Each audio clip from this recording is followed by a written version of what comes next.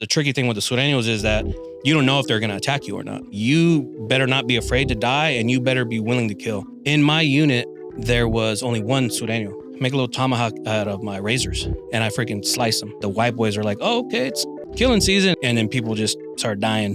Paul Calvo is from Fresno, California. At a young age, he got jumped into the Fresno Bulldogs, one of the most notorious Chicano street gangs in Central California. Paul specialized in gun running and ran an interstate for guns trade from Oregon to Fresno when he caught a Fed case at just 19 years old. Paul did 8 years flat on some of the wildest federal yards in the country, where he witnessed and took part in beatings, killings, and high-level drug trafficking. He was all set to be in and out of prison the rest of his life when something in him switched. While he was still on parole, Paul began attending community college, where he excelled in math and science. After receiving straight A's, he was accepted to Stanford University and is preparing to graduate this fall with a degree in chemical engineering and a six-figure job waiting for him at a Fortune 500 company. This is a fascinating, almost inexplicable story of transformation from a gangbanger destined for life in prison to a flourishing, stand-up citizen. And for more on how he made this change and his time at Stanford,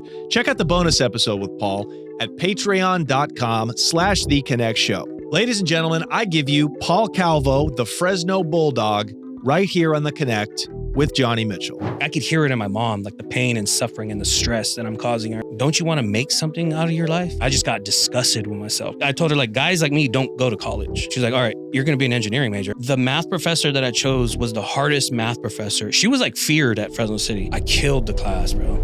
Annihilated it.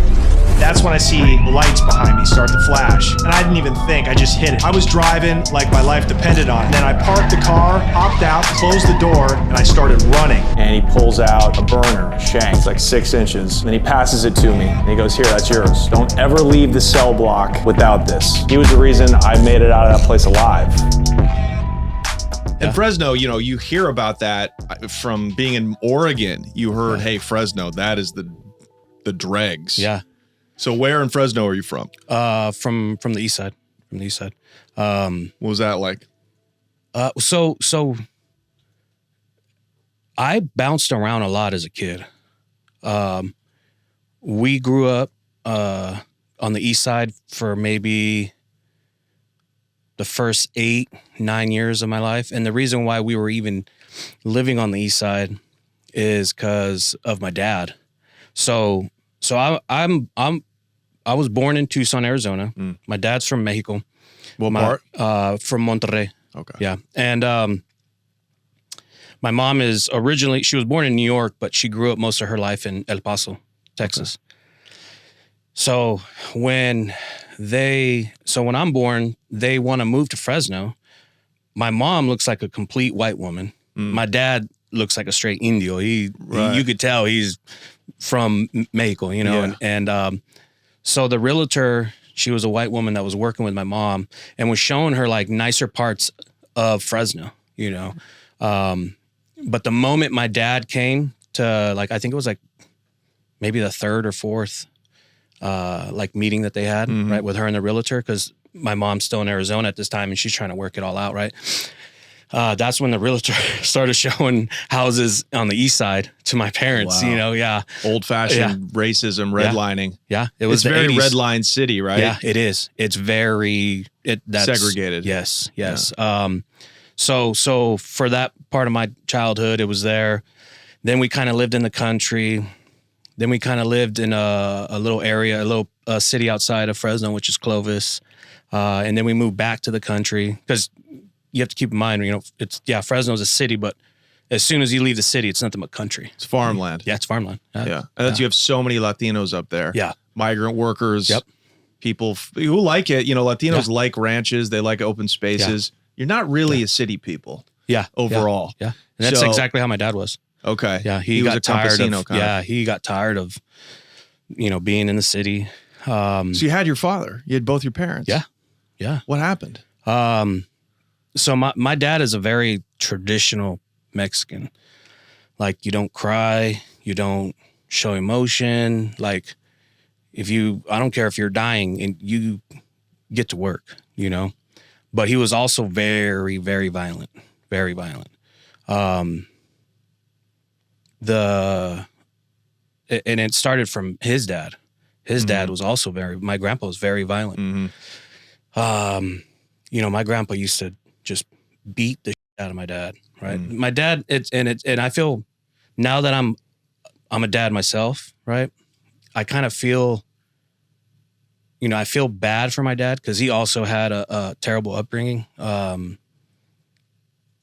I see why he went about being a dad the way he did. Now I don't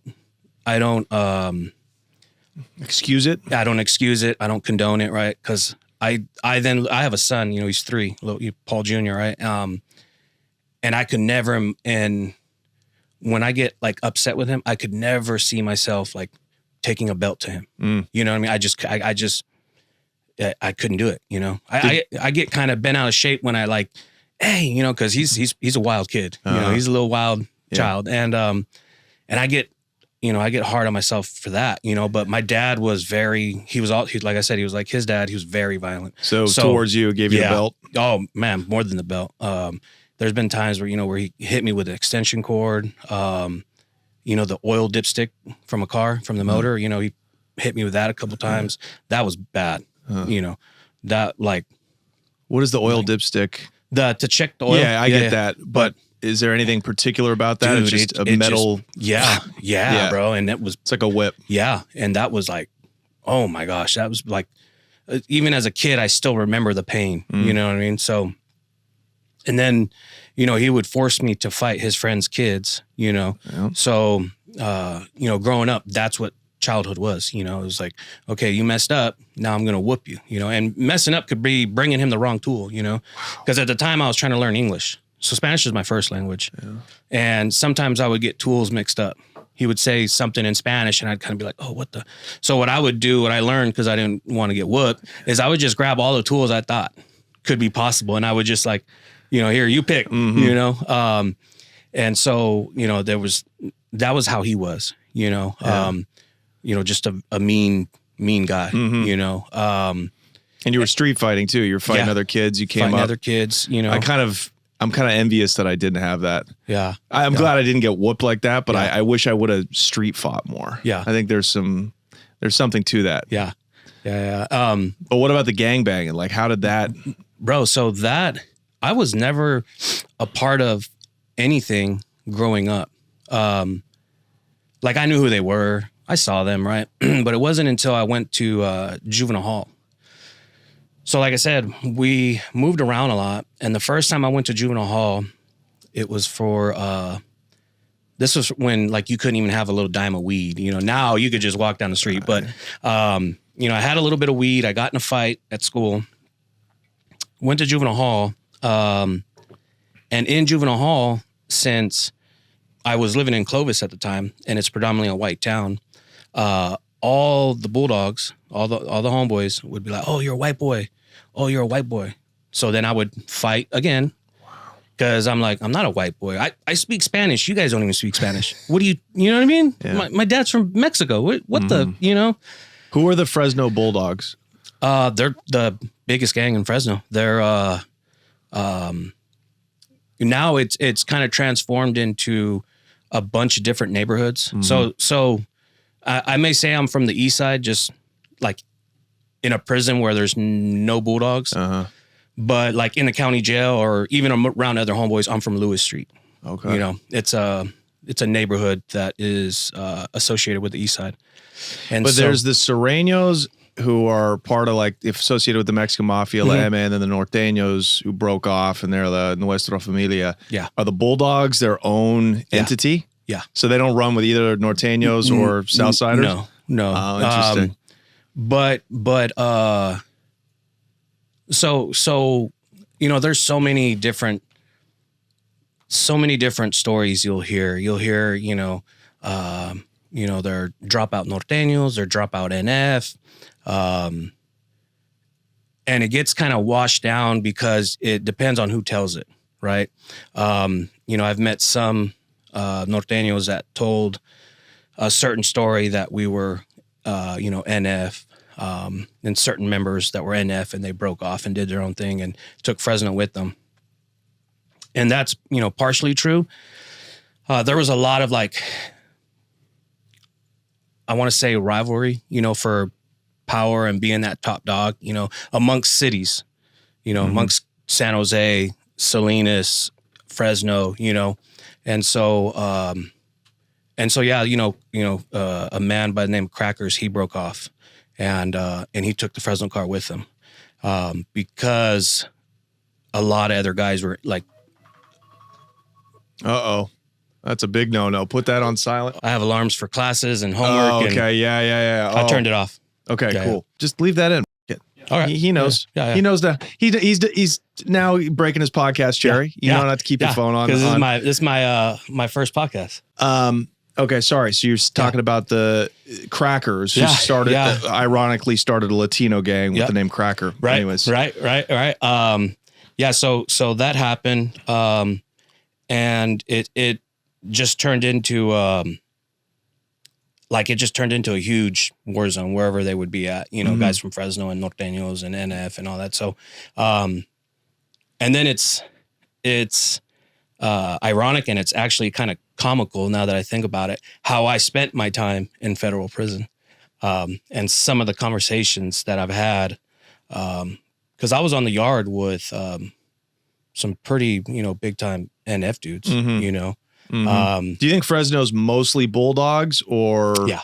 Okay. Yeah. Oh yeah. Wow. Yeah. It's mainly Bulldogs. And these are Chicanos, it sounds like, not really Mexicans. No. I mean, first generation Mexicans. There you go. Yeah. First, and they're more Chicano. They're more, they're not, I mean, 90s, early 2000s, you had guys coming from Salvador, Central America, South America, and like they would happen to fall in and join the gang or whatever. Are there a mix of Latino races, if you want, or ethnicities amongst the Bulldogs? Yeah, there's not just Mexicans. No, there's even white, black. There's I forgot his name, but he's Punjabi. He's rolling with the homeboys, because it's kind of like. It's kind of like where you grow up, right? You become a product of your environment, Wow. And so there'll be certain individuals that grow up in the hood, start to become friends. They start to kick it. Next thing you know, one thing, now they're rolling around with the homeboys. But how do you square that when you go to prison, federal prison? So it's different, at least for, because I've been out since like the beginning of 2016. So it's a little different now, but when I was in there, the Sureños had a green light on us. And it was weird because you would go to one prison and they wouldn't have a green light, right? Like it was very much like up in the air. But then they would, try to tell you, okay, you can't come out to the yard. You can't come out to the yard with your shirt off, if you're not going to work out, you need to be on the yard, right? They would try to dictate the program of, whatever Bulldog was there. Because in the feds, there's not a lot of us, Right. For a while, I was like the only Bulldog on one of the yards. When I was in the SHU in Tucson, I was the only Bulldog. There was a couple prisons I was at where there was like 2 other homeboys, out of what, 3,000. So then who do you eat with? Who do you work out with? Who's your car? It's not enough to have a gang. No, it's 2 people? not. It's not. That's a relationship. Yeah, right. That's a celly. No, so the prisons I was at, there was a red light between us and the NF and the Norteños. So whenever we would get to a yard, first they would want to make sure that we were active because it's an active prison yard, right? And so once they knew, okay, you're an active Bulldog, they would be like, hey man, if you want to sit here and eat, go ahead. Yeah. You're more than welcome to. And that's why I say it was kind of, it's comical how I spent my time, luckily for me, so Oklahoma is a transfer center. Think of it as like a Wasco, you typically, especially if you're getting sent to the East Coast or down south, you'll leave at the time you'll leave Victorville, fly into Oklahoma, and then from there you'll go to whatever prison. And so when I got to Oklahoma, right, I hadn't been to any prisons yet. I was in Laredo in the SHU, and then went to Victorville, and then now the transfer center. I came across another Bulldog that was in transit, and he told me, like, hey man, like when you get to the yard, the NF and the Norteños, they're not going to mess with you.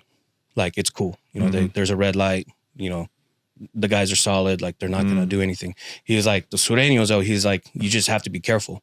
He was like, because in Atwater, his brother got jumped as soon as he went out to the yard. And then in other spots, they were doing the same thing. And then he, you know, added, but also there's some other prisons where they're not really tripping on us. Right. You know? He's like, so take that. So the op is basically the Southsiders. Yeah. It can be when you go to the joint. Okay. Yeah. So at least for the federal system. Let's talk about how you got there. So were you a good student, like before you went to juvie, and you weren't? No, I mean, I was the class clown. You know, I was the class clown. And you know, so I've turned into a person that likes to like do a lot of like self-reflection now. I like to think about if I'm in a certain, you know, situation with somebody, or I'm working with somebody. I like to I don't know. I just go down these rabbit holes, and I like to just get into their mind. I like to, you know, pick apart what's happened to me, you know, my past traumas. How does that affect me now? Right. And so, you know, as I've been doing that a lot, I see that I used comedy and having fun as a way to like kind of feel normal. Right. Because like I mentioned, my childhood was pretty rough, you know? And so in class, making everybody laugh, even the teacher sometimes would laugh because I was a funny kid, you know? And it wasn't like I was being like just a malicious student, right? Like it was just, I made class fun. Yeah. And so that's what I did, you know? And I didn't get the best of grades, you know, but I also wasn't like failing and being held back. So then how are you able to be a gangbanger if you're like a funny, thoughtful, deep person? Well, at the time I really wasn't. I was just funny. Okay. You know, at the time I was just funny. But you know, to elaborate on how I even joined, like I said, I went to juvenile hall, right? You know, all the homeboys are calling me white boy. So I'm starting to fight, get in trouble, right? But I'm also whooping them. You know? And so then I would laugh and be like, oh, okay, yeah, I'm a white boy, but I'm whooping your ass. Yeah. You know, what are you going to do? Beat by a white boy. Yeah, right? And that's what I would, you know, tell them, you know, just to sting them a little more, you know? And then it turned into, oh, man, you're cool. Come kick it with us. You know, come eat at our table. You know, because I was eating at a table where it was just like a bunch of like the rejects, you know, like just guys that had, you know, kids that had no gang ties, no nothing, you know, that's where I would sit. And then I got out, and that's when it just all went downhill. Went downhill. One thing that that I've taken from my street life into my academic career, my professional career, is networking. Right? When you're on the streets, you want to get the best connect with the best dope, right? So you find a way to rub elbows with that person. You know, so-and-so has this good plug. Okay, well, how can I get introduced to him, right? And so for some reason, that's how I thought even as a teenager, you know, because now I'm like 17, 18. And, you know, I like I said, I used those skills to then meet with this paisa, right? He was, I don't know if he was cartel related. I don't know. Even if he was, I probably wouldn't even say it, you know? But he had a really good plug. So at the time in Fresno, like an ounce of meth that was fire, that was like A1, was probably $1,500 to $1,800. And he was giving it to me for $900. Wow. Yeah. And I would then take that dope up to Oregon, where I had a homeboy that would, do his thing with it, and he could make like maybe 3,500 off of that, So what I would do is I would take it up there, and since guns were really cheaper up there, I would just get paid in guns. Wow. Yeah. And so, Nice. an AK-47 in Fresno runs you about 1,500 at the time. It's early 2000s, right? And in Oregon, I could get it for 600. So what I would do is I would just, dude, here, I'm going to give you this ounce, $2,000, but I want all guns, just give me all guns. And so I would come down with shotguns, pistols, SKS, like everything. And so I would then come down to Fresno and sell them to the homeboys. Yeah. And so that's what I was doing. That was like my little plug, that's how I made my money. Wow. That's an adult business for such a young man. Yeah. Meth for guns. Yeah. And then I got popped.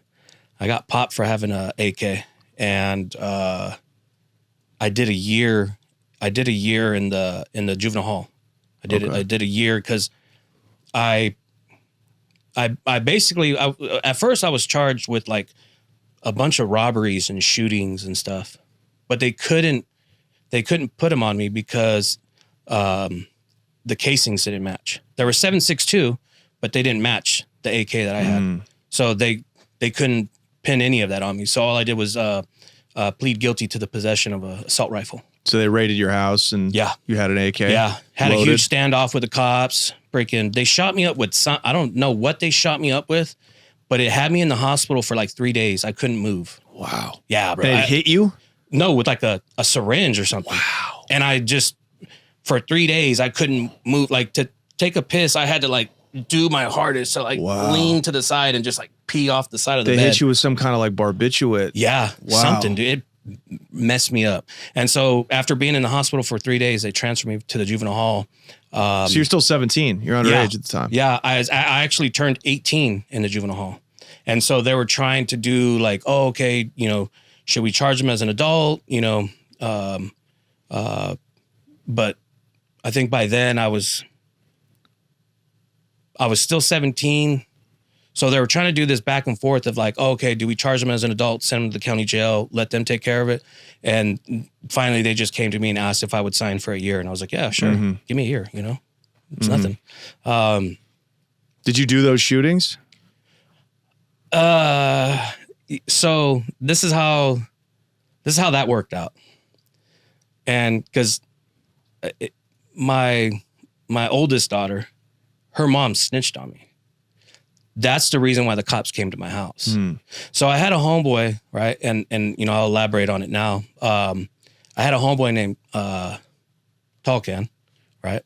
And he and I were running around doing our thing. A friend of mine, his dad had problems with some dudes on the west side. So we went over there, laid the house down, right? They're out front.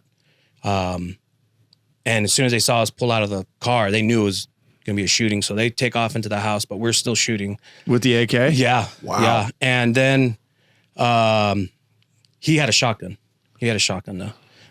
So we had it was a nice Remington 870. We sawed it off. We put a pistol grip on it, and then we put a pistol grip on the pump. Wow. And it was a beautiful gun. I love guns, bro. That's some gangster. Yeah. That's been my thing.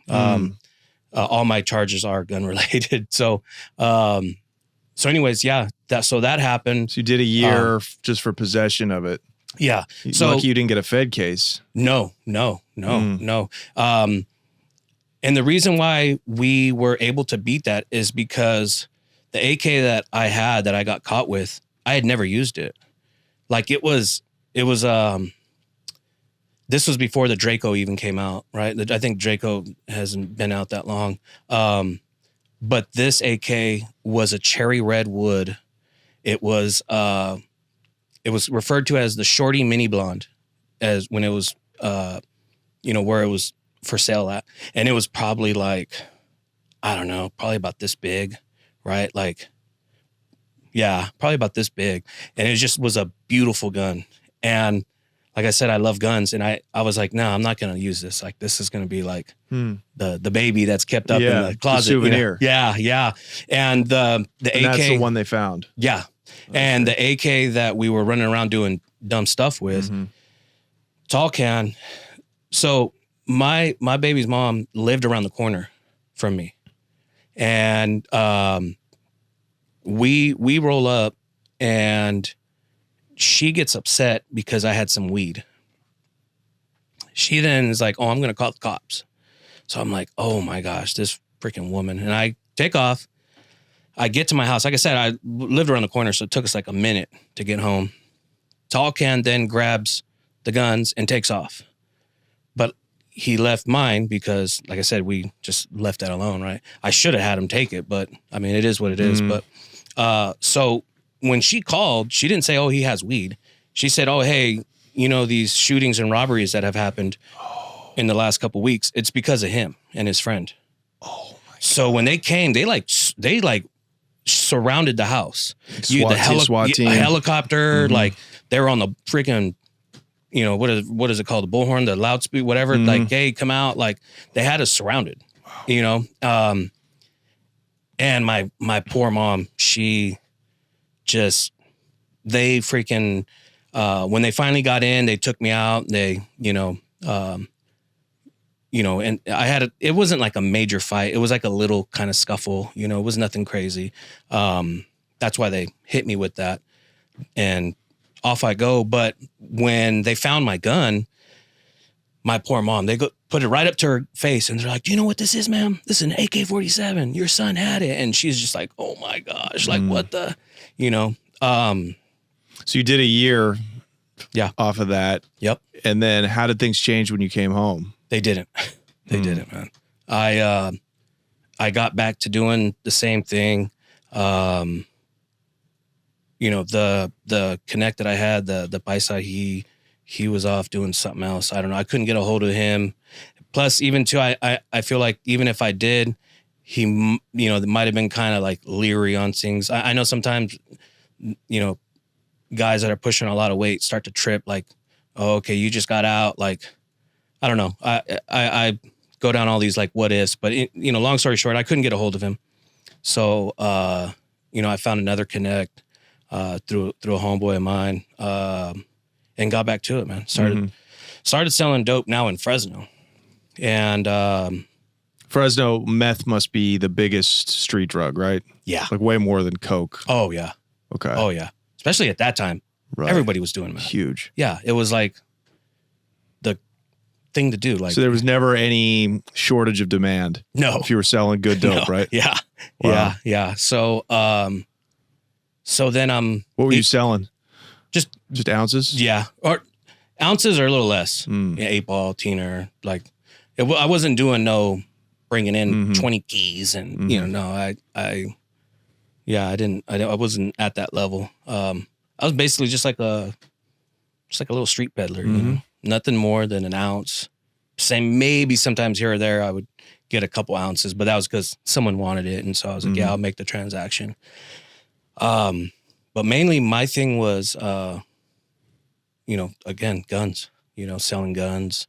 And so I got back to doing that, got back to, you know, I found a good plug that I could get again from Oregon. Really? Yeah. I wonder why guns in Oregon are so much cheaper. I don't know. I have no idea. I mean, obviously like lower regulation, but I'm from Oregon. Yeah. I wasn't aware that it was easy to get AK-47s in Oregon. Yeah. Right? It was strange. Yeah. It was, I mean, at least for the guy that I knew, like I could give him a list, and like within a week he would have that whole list. Wow. Yeah. What would be on a gun list? Whatever. It could be any kind of shotgun, you know, any kind of rifle, handgun. Wow.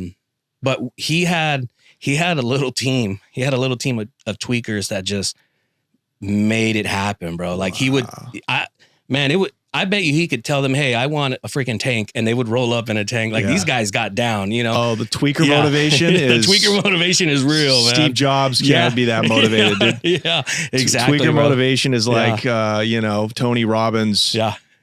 Yeah. Today's episode is sponsored by my favorite new clothing company, True Classic. Okay, so many of you have heard me talk about my truly ungodly body. I am 6'6", rail skinny, no clothes fit me. The shirts either flower out at the back because they don't hug my waist, or they don't fit. They're too short in the arms. True Classic solved all that, okay? They're comfortable, breathable clothes. They conform to your body type. This is like revolutionary in my opinion. I love True Classic because not only are they super comfortable, I can wear them. They have athletic gear that I can go to the gym with, or I can wear something kind of sleek if I'm going out on a date. Not only does it look and feel good, but there's no logos. I like the plain Jane style. Plain is back in. Nobody likes wearing a big Nike logo on the front of your chest like it's 2002, right?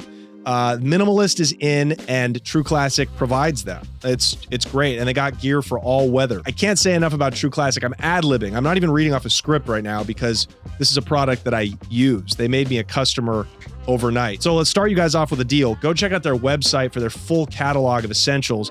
They have 100% fit guarantee and easy returns if you're not happy. And we're coming up to winter time. And again, True Classic has you covered for all types of low gear, right? So long sleeves, waffle hoodies, joggers, and more. And holidays are here too. So these are like the perfect, especially if you're a female listening to this, this is like a good brainless gift you can just give to your husband, right? So check it out. Use the link in the comments of the video or in the description. Go to trueclassic.com/connect, CONNECT, to save. That's trueclassic.com/connect. Please tell them we sent you. This is like a company. I want to re-up this sponsorship. Use that promo code so they know that you found us on the Connect. End the year with holiday cheer thanks to True Classic. You guys don't know this about me, but I cook a ton. I'm at home, probably cook 2 meals a day at least. Breakfast and dinner, I am in my kitchen making food. That's why I love Hexclad.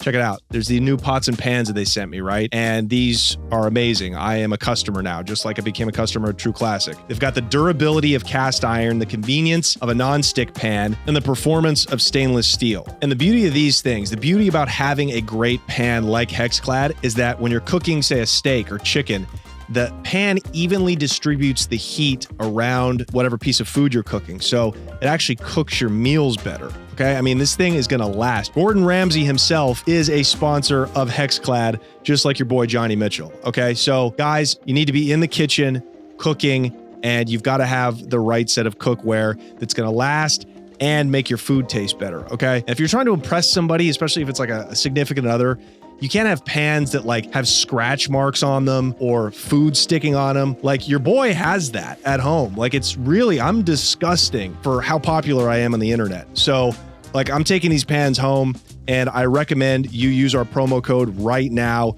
to get Hexclad. I mean, these make for a great gift for your significant other for Christmas too. We're coming up on the holidays.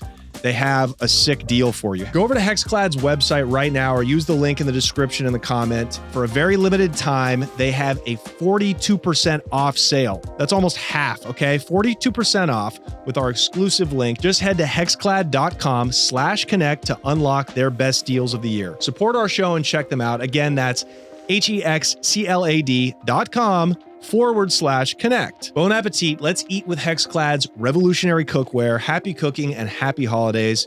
Let them know we sent you over here at the Connect. Thank you so much. Let's get back into the episode. So these were probably stolen guns. They're probably out just breaking into people's houses, stealing guns. Yeah.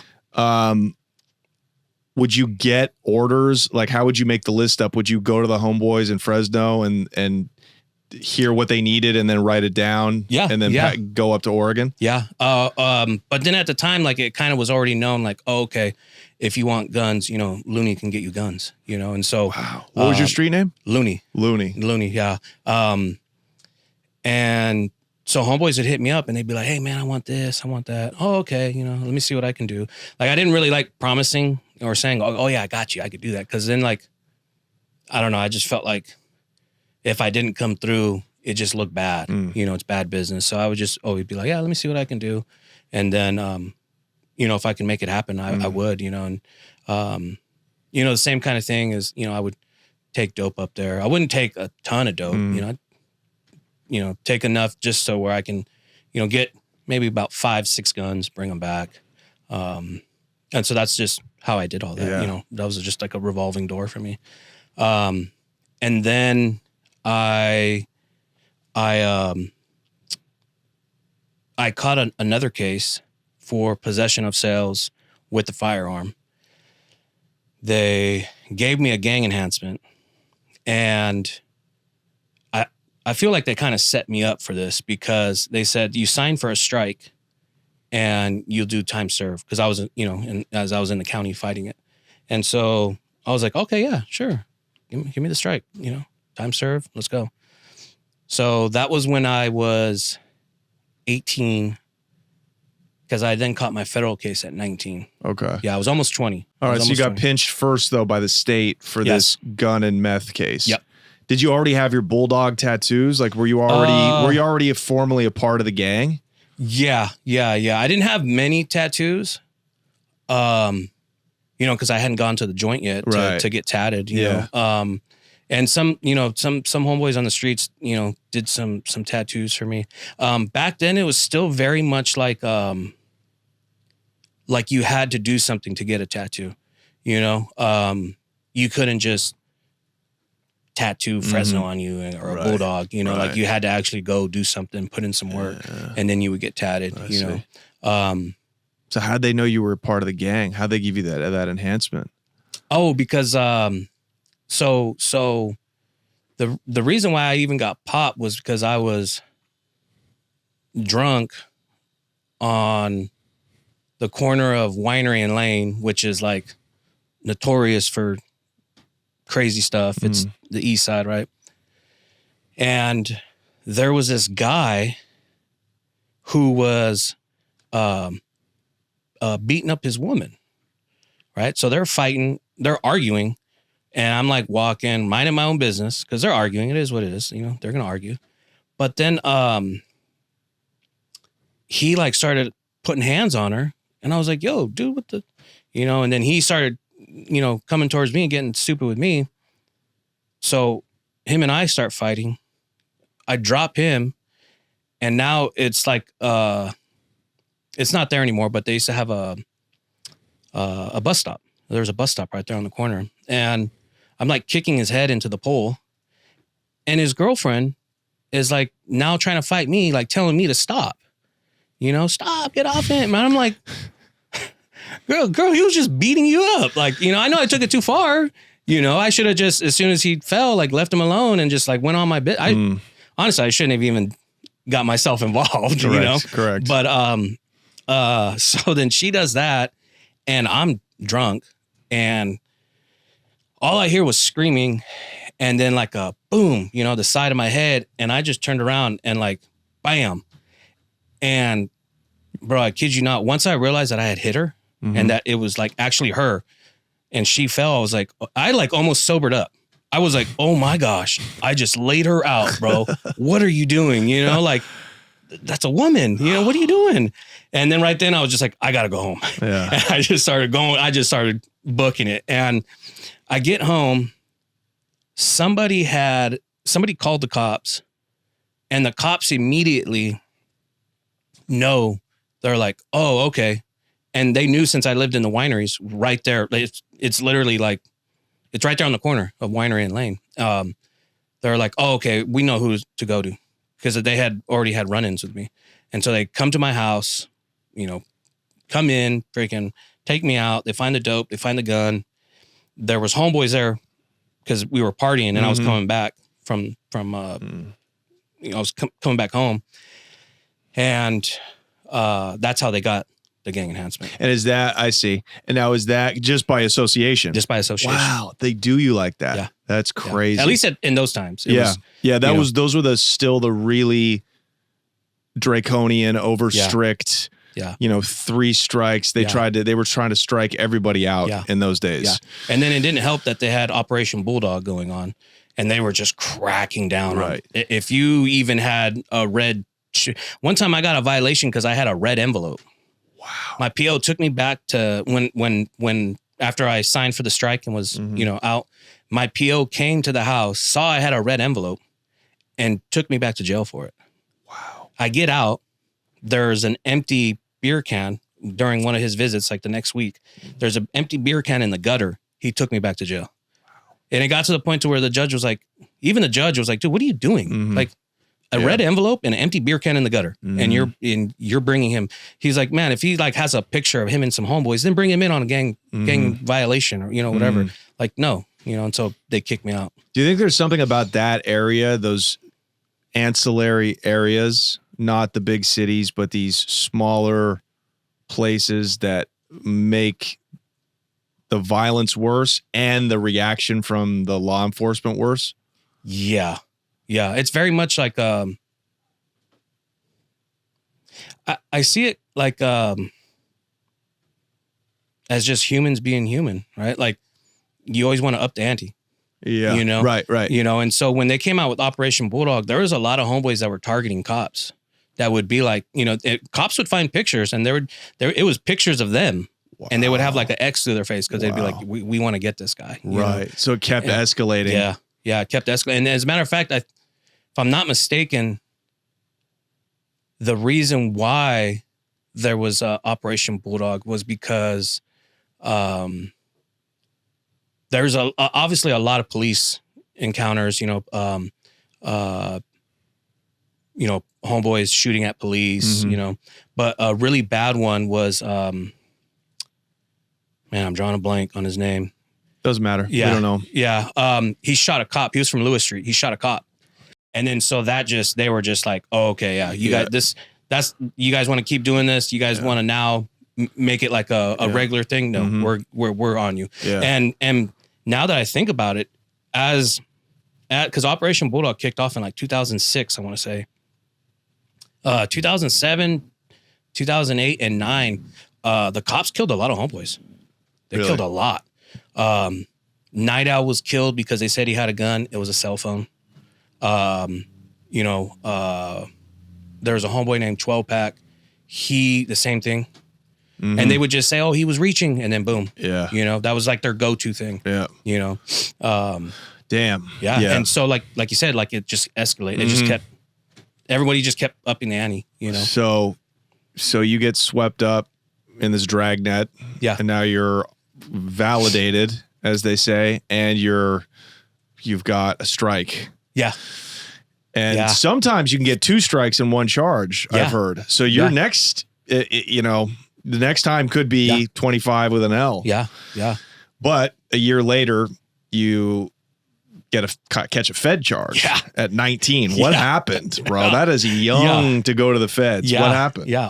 As a matter of fact, all my co-defendants, they were 19 and 18. And so, oh my gosh, this is a freaking, just thinking about it, I'm like, you freaking dummy. Being wet behind the ears, right? My co-defendant has a homeboy who is, he's an older homeboy, right? And he actually did time for murder. He did a bunch of time for murder. He's now running the apartments that my homeboy lives in. Selling dope. Yeah, he's doing his thing. Right, my homeboy's doing his thing. He, selling dope here, doing this, whatever he was getting involved in. And then he started getting really cool with he was the apartment manager. He started getting really cool with him. And the apartment manager asked him, hey, can you get an AK? And right away he was like, oh yeah, hold on. So he hits me up and asks me if I can. And I'm like, well, yeah, I can. Just, give me some time. Next time I go up to Oregon, I'll get it. But the apartment manager was very adamant, like, no. Like, can you get it like by tomorrow? Right. And I just saw it as someone that was really eager. Right. I don't know much about him at the time. And so I was just like, no, I can't, bro. Like, no, I need to go to Oregon. It's a 10-hour drive. No, so then that kind of, dies down. About a month later, he comes to my homeboy, the apartment manager, and says, hey, I have a good friend that pushes dope. Like, he's a mule for some of these big time guys. And he takes dope and drops it at a stash house here in Fresno. Like, do you guys want to go rob it? And when my co-defendant came to me, and told me about it, I was like, dang, that sounds kind of good. And I was like, okay, hey, like, let's check it out. So we go to the first meeting, and it was in a parking lot of a McDonald's on Shields and Blackstone.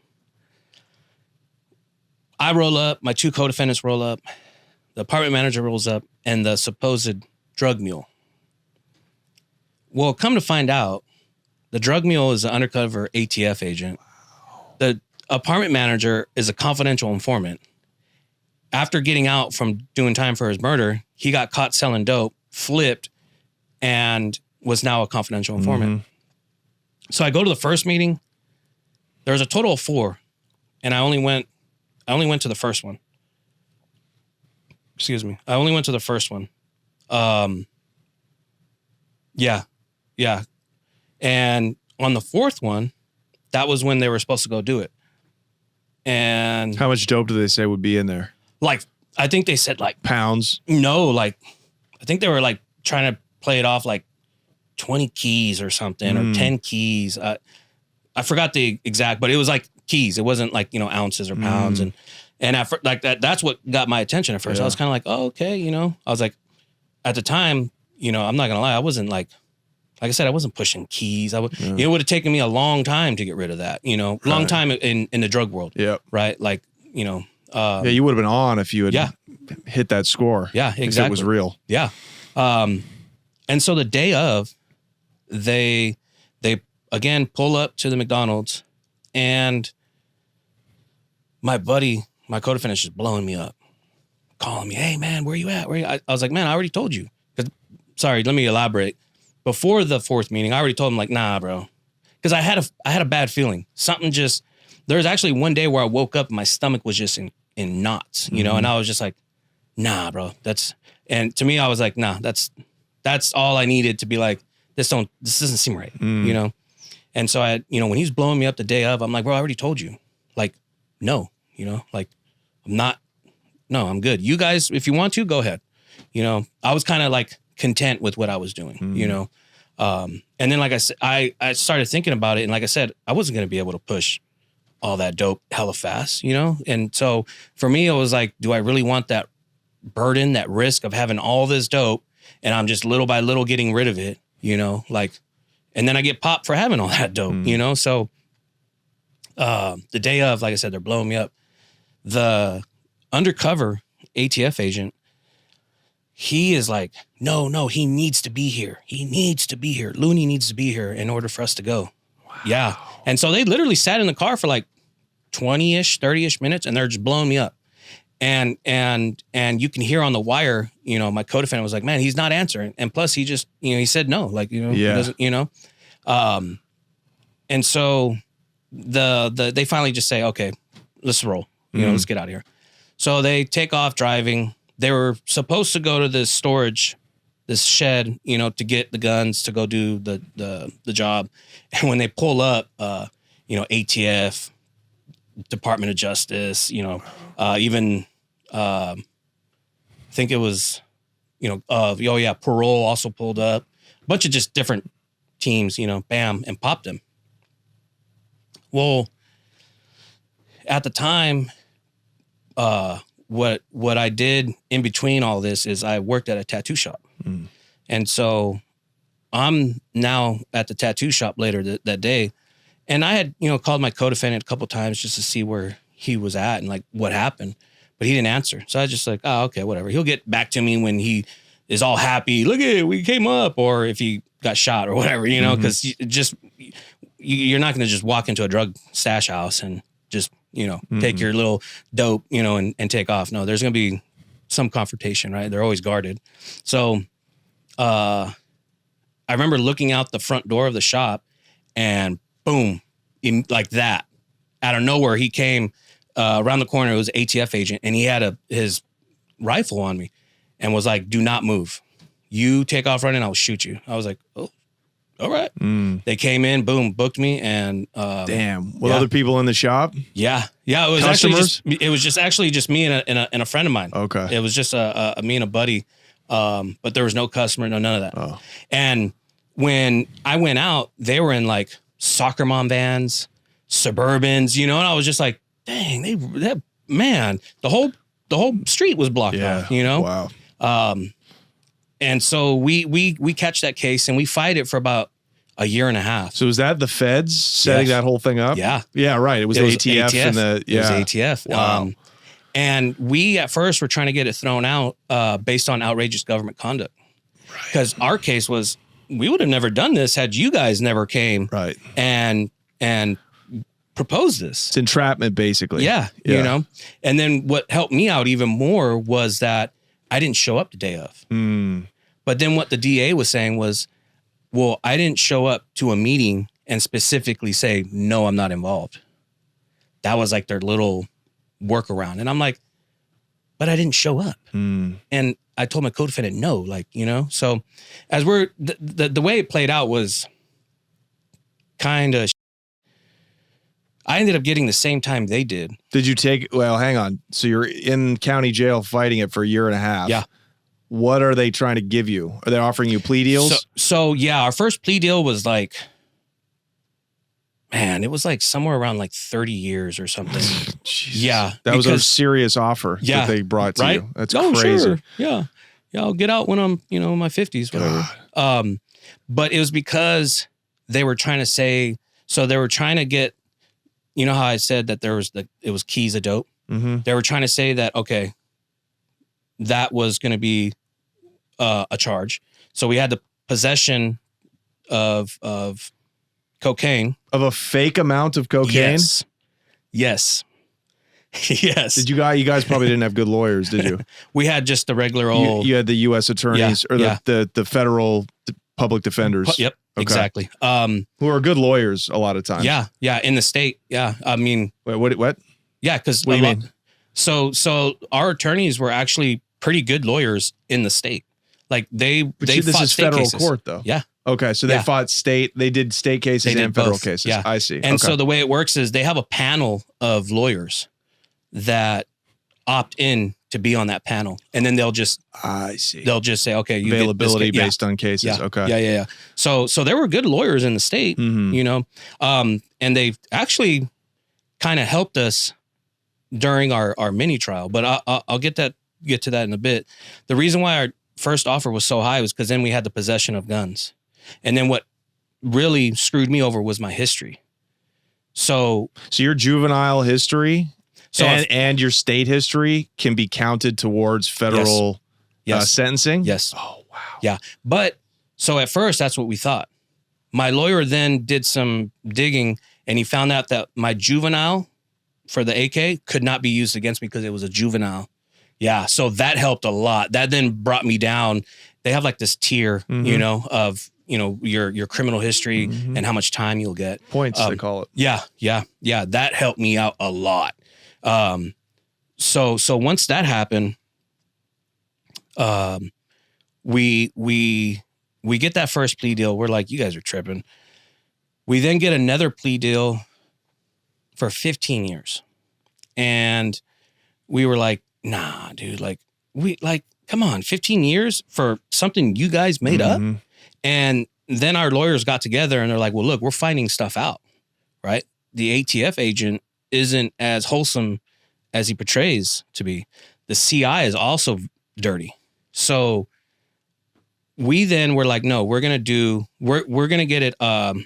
We went to like this mini trial and it was to get it thrown out. It's called a motion. Yeah, there we go. Thank you.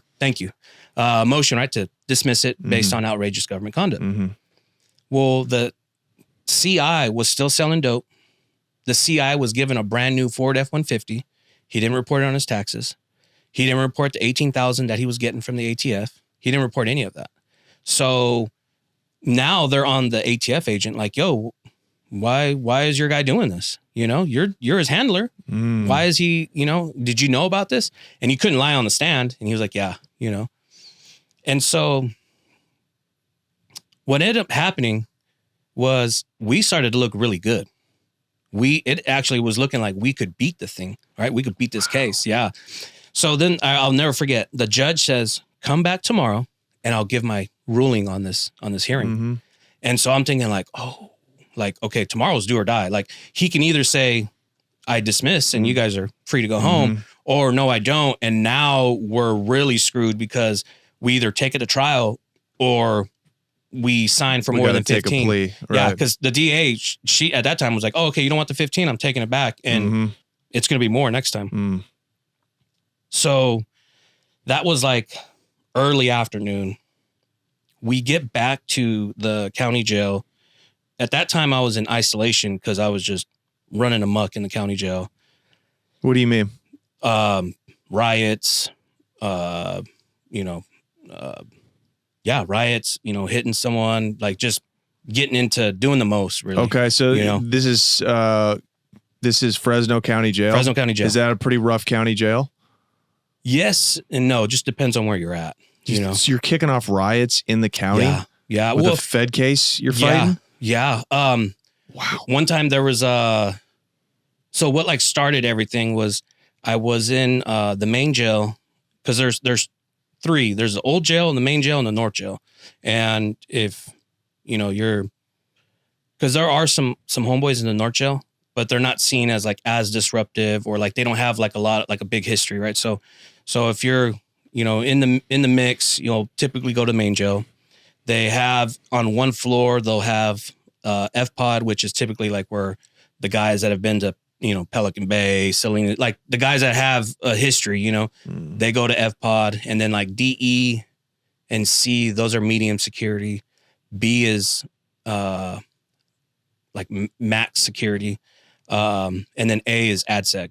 And then each floor has what's called FF. And it's just like one little hallway. And when you look out your cell door, it's just a brick wall, and it's like 10 cells. And then like your shower is down at the end of the hallway. And then they have a camera in the freaking shower. Really? Yeah. The first time I went in there and looked up, I was like, oh, what the? I'm sure that's not being abused by some pervert. Right. And so at that time, like I said, I was in FF because I was just, running amok. I was, a riot happened when I was in C-Pod. I go to the hole. Fighting and beating the shit out of people. Yeah. No, there was one fight I got into there. I got whooped. Whooped. Yeah, I got my eyebrow split. But I didn't get in trouble for that. For that. The COs they didn't really trip off one-on-ones. It must be just gangbanging in there. Yeah, that's what it was. Yeah, and then so like I said, I was in FF. I'm in isolation. My lawyer pulls me out at like, I don't know, around 5, 6, around there. And he's like, look, we got a sweet deal, but only if you sign. And I'm like, okay, like, what do you mean? He's like, yeah, if you don't sign this, then your 2 co-defendants don't get this time. Because what he was saying was like, it looks really good for you, but your 2 co-defendants are kind of screwed if you get off because you didn't show up. They did. So it's automatically saying like, okay, you guys are guilty then if he's not guilty. So that's what the DA offered. She offered us the 7.5 years and I had to sign. If not, it was off the table. I see. So basically you guys are being tried almost separately. Like was your motion separate because you didn't show up to the scene? No, it was all together. It was all together. And of all things, I was the head of the indictment. I'm like, how does that work out? But I yeah, see. Yeah, I see. Yeah. So they were going to supersede you. I think if you didn't sign. Yeah, exactly. That's what my lawyer was trying to. He was going to be like, hey, if you don't sign, we'll push this. He's like, because I think you have a really good chance of beating this. Wow. But then I'm like, well, then I kind of screw over my co-defendants. Like what happens if they get the 15, 20 years? And now I'm like, to me, I just saw it as like, that's kind of like betrayal. Like, you know what I mean? That's like, I know. He's the freaking idiot that got us into it, but it's kind of like at the same time, I didn't want that on my, not only did I not want that on my conscience, but I didn't want that like on my, like my street cred, like I don't want to be in Fresno and they're like, oh, now I'm a target because it's like, and at the time my parents lived there still. Right. So it's like, I don't want to bring any kind of drama to them because I decided to beat this case and then screw over my co-defendants, Yeah, so, and you weren't planning on getting out of the life if you got to the streets. No, so you still needed your rep. Yeah. Wow. I was still, I had no idea of anything else besides that bubble, Wow. How long did you have to think about it when your lawyer brought it to you? Probably about 5-10 minutes. I just ran through like the scenario. Okay, what happens if you don't sign it? And I was like, I don't want that. I don't want that, you know? And so I signed, and then we went back to court because you have to go back because, you know, we had the hearing. The judge was like, okay, you guys signed. Okay. Then I'm not going to give my ruling. Come back for sentencing. We went back, got sentenced, and then off we went. Wow. Yeah. Wow. Yeah. You're off with bidding with the big boys. Yeah. Federal Because I went prison. to USP right off the bat. Wow. Yeah. And my co-defendants went to an FCI. I was like, how is head of the indictment? I'm now in a USP my first joint was in Coleman 1, way out in Florida. Wow. I'm like, wow. And both of them got to go to prisons in California. Well, your security level must have been from all your fighting and your record already. Yeah. And then not and only your that, age. Back then, what happened is if you got sentenced, I know it's way different now, but back then is you got sentenced, and then you would go to Lerdo, which is the county jail for Bakersfield. Okay. Rough. Really? Yes, rough. And the COs play no games. Really? No games, bro. I bet to the guys from Bakersfield and even the guards, they will rock with you. Like no ifs, ands, or buts. Like they'll f you up? Yes. Or if you them up, okay, you won that. You know, but they'll take their off. The guards will take everything off and say, yeah, bro. And fist fight with you? Yes. I respect that. Yeah, dude. So that's rough. You know, that's like where I always say, like, you know, a couple of my buddies from school that, you know, ask questions and they ask like, who's the toughest and this and that and who's the craziest, right? They always want to know. And I always have to like bring up like even though they're sureños, right? Even though they were my enemies at the time, the ones from Bakersfield when I was there in Lerdo, you know, like, cause they like the whole, like what I would always hear growing up and like what I would see also too, like in the streets, would be like some, you know, like the Southsiders didn't know how to fight. They wouldn't fight, you know, if they'd only fight you if there was like 10 of them and 2 of you, you know? And then when I got to Lerdo, I was like, oh no, that's not the case. Wow. You know what I mean? That's not the case. They're fighting guards. Yeah. They're banging, bro. They're getting it, you know?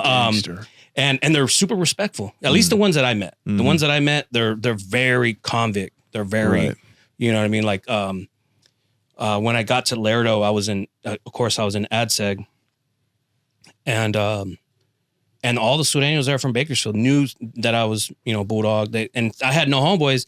So they were like, hey, if you need anything, let us know. Like, we'll give you a care package. Just that we ask that when you get on your feet and you get situated, just pay back what you got, you know.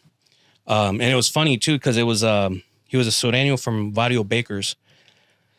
And he gave me some coffee, some soups, and he was at at my cell door, and he was like, but you know, just because you know we're shooting you this doesn't mean like everything's cool. Like it's still on site if the door's cracked. I was like, oh yeah, no, I know, yeah, I know. He was like, but is everybody there on their way to prison? Is that the sorting? Or they're fighting a case? Okay, yeah, because so what you'll have is you'll have like if you catch a case in Bakersfield, you go to Lerdo. You fight your case, whether it's state or if it's federal, you'll go to Fresno because Fresno is like the hub for anybody in like the Central Valley. And so one of the Sureños was fighting like a double murder, and then the other one, the one that shot me a bunch of coffee and soups, he was fighting like a shooting or something. I don't know if I don't think he killed someone. I think he shot someone, but yeah, he was fighting. They were fighting their cases, you know. So you got shot to Coleman. Yeah. So I get to Coleman. From Lerdo, I go to Victorville to Oklahoma. Then I get to Coleman. And what was Coleman like? What was you being in a USP so far from home? You'd probably never been out of California, except to go to Oregon. Yeah, except for Oregon. Was that a culture shock? Was that eye opening? Yeah, because it's so different from California gang prison politics. Like they allowed one-on-ones. So like it could be, a black guy from Florida and a black guy from Texas get into it. They'll agree, okay, now we're not going to blow up the yard over it. You guys just go to the cell and handle it. You know, you want to take a knife. Oh, okay, it's going to be a fist fight. Go fight and get it over and done with. You know? Had you seen any knives or prison shanks or shankings before you got to Coleman? Oh, yeah. When I was in county jail. Yeah. Really? And when I was in B-Pod, when I was in Max, so like I said, that riot that happened in C-Pod, I was in 3C, I go to the hole, and when I get out of the hole, they send me to 5B. And then in 5B, we got into it with the blacks because we had some homeboys that would sleep from like, I don't know, it was like 9 o'clock at night until like 5 in the morning, right? Like they were like on a prison schedule.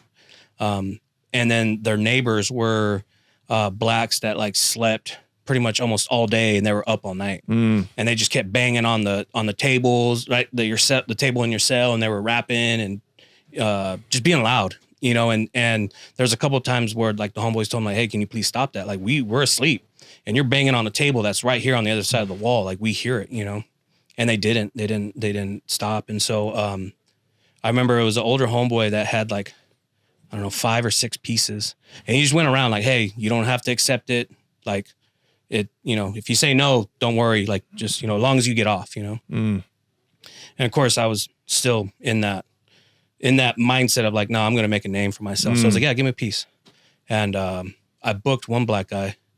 Booking him is when you hit him with a shank. Yeah. Yeah. I hit him a couple times in the side. So you ran up in their cells? No, it was just in a day room. Wow. It was just in a day room. And it was messed up, man. This poor old man. He was an older homeboy. He was like, I don't know, close to 60, but he wasn't like in the best of shape. And the reason why he was in Max was because he did a bunch of time for like a murder, I don't know, in like the 70s or something, right? And as I'm like booking the guy, right, I hit him like 2 or 3 times on the side because he was on the floor. I was fighting this guy, and then I looked over and saw him, and I was like, oh, okay, easy target, right? Book him, and then I look over and I see the poor old man getting stomped, bro, by like 4 or 5 black dudes, and I'm just like, no, right? And so like me and another homeboy like try to make it over there to like get him, you know, because like it's an old guy, you know, he shouldn't even be in the front, but the poor guy. And now that I'm thinking about it, he was coming out of the shower. There's like 3 separate showers, right, that you can go in at any time. And he's coming down the stairs and he's walking in a day room from the stairs to his cell. And that's when they jumped on him, you know, and that's what, you know what I mean? Instead of, you know, because the blacks knew that they weren't stupid. They could see that we were making moves to get at him, right? And as soon as that happened, that's when we just boom. Because I remember I was playing Pinnacle, and it was funny because one of my good friends, he's a Mohammed, and I would always play against him. So it was me, my partner in Pinnacle, him and his partner. Well, when it went off, I wasn't going to crack him. I cracked his partner, and me and him started fighting. Wow. Yeah. And then again, like I said, I saw the guy on the ground. I booked him. I looked over and I saw the poor old man, dude. And so like I said, me and a homeboy went over there, and we didn't make it far because we got jumped on, right? Really? And so this is a whole melee. Yeah. It was. Did you get stabbed? No. Okay. No. That time I didn't. They didn't see it coming that you guys had knives on you. No. They just saw like people move, like they saw the homeboy moving, right, and like asking and, you know, being like secretive about it. So they were kind of like, oh, okay. And so then they started to like form together in the pod and kind of be towards like the front of the, you know, the entrance to the pod. And then, you know, COs came in shooting the pepper spray paintball gun, their tasers. They laid us all down, you know. Did you get rid of your knife? We all flushed it. We ran to a cell and boom, flushed them. Wow. So these are like, can you describe how those are? I mean, prison toilets are like industrial strength. Yeah. Whoosh. Yeah. And it was gone. Okay. Yeah. It was like, there was no like, oh crap. No, it was like, really, you know, shoot them down and flush. Yeah. You know, and of course, like you can't sit there and flush because it's like 2 flushes or something, you know? So, you know, you just would go to a cell, you know, and there wasn't many of us that had pieces anyway. Right. So what were a county jail piece? What was that made of? It depends. I've seen some really nice county jail pieces that like were bangers. And then I've seen like little, just like a little that would just leave like a little hole. Yeah, just a little discipline. Yeah, exactly. So it just ranges. It ranges. You weren't planning on hitting them in like an artery? Did you? No, I wasn't really thinking like that. Like, and when it goes off, it's just like, oh, okay, who's around, and so I just hit him in his side because he was kind of like trying to get up, and that's when I booked him in his side, and he was like up against a wall, kind of like almost like on all fours, because somebody had dropped him. Something happened where he went down. So everybody's laid on the ground. They're bleeding. Yeah, some of them were bleeding. Some of them. Nobody told on you though? No. No, nobody did. They keep it down after that? Yeah. Like they were, they took out like who they thought would be like the troublemakers, really they just kind of took out like the younger guys. They didn't even take you off the pod? No. Wow. No, at that time, no. Like they waited like a week or so before the administration came and were like, okay, you're going to AdSec now, So, because it was kind of like, okay, we did what we had to do.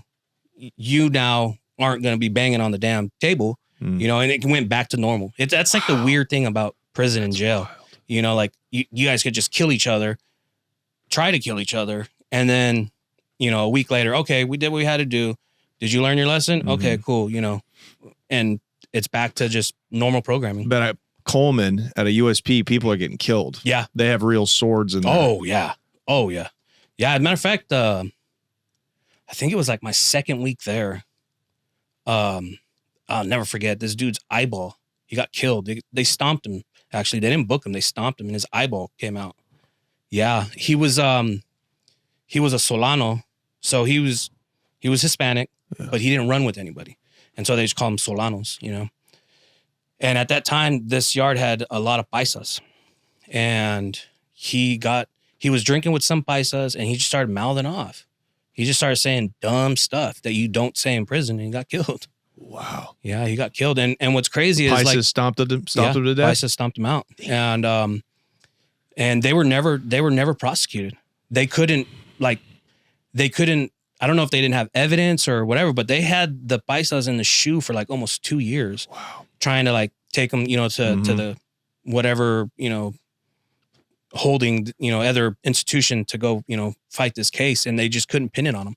So, because all of them kept their mouths shut. Yeah. No. I think when there's like those gang killings, there's so many people, they don't know, unless somebody tells, they don't know who to stick it on. Yeah. And that's what happened. They all kept their mouths shut. And Jesus. 2 years later, they all came out. Wow. Freaking super pale white. Right. Yeah, exactly. Emaciated, tortured. So they came back to the yard? Yeah. They let him back out. So in the feds at Coleman, it's different than the state in terms of the gangs and the ethnicities. Yeah. Can you describe who the sets were like amongst the Latinos there? Yeah. So you had all paisas. Mm-hmm. Who are the paisas? Mexican nationals. Right. That's right.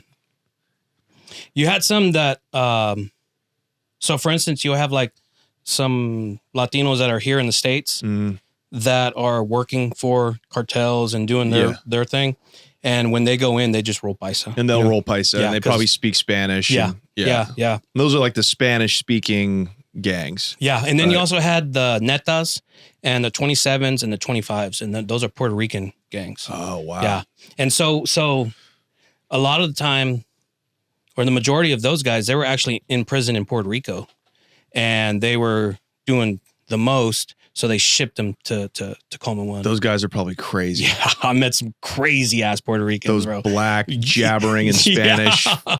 Yeah. And you know what was funny was like, my first like encounter with one, he like, how we say, oh, hey, what's up, dog? Or hey, what's up, bro? Their thing is like, hey, ¿qué onda, papi? Right? And like when you call me papi, I was like, bro, you thought it was gay. What the hell? Yeah. Like, what do you? And like my homeboy had to be like, no, dude, that Puerto Ricans, that's what, And I was like, oh, okay. What? But at first I was like kind of thrown off, like, bro, you just called me papi. Like, what the hell, Yeah, shut up and take this. Stop being gay. Yeah. I'm gonna show you what gay is. Wow. So so you're you're isolated. There's no Bulldogs at Coleman, I assume. No, there was none when I rolled up. Who are you going to rock with? There was there was NF on the yard, and there was Norteños. And at first they wanted to like make sure that I wasn't like a threat, right? They wanted to make sure like, okay, he's not gonna attack us, or So there was two of them in the unit that I was in, and they came. They were respectful. They chopped it up with me. They're like, look, man, like, we know the state is the state. Like, let's not focus on that. Right now it's the feds. They had asked me how much time I had, and at the time I think I had like 6 years left or something, right? And so were you short timing compared to most of these cats at USP?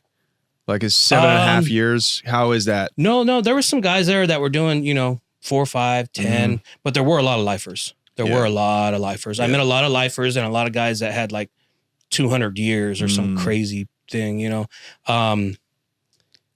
so, when I told them that, and they, kind of put me up on the game, they're like, well, hey, there was a Bulldog here about 6 months ago. He was hella cool.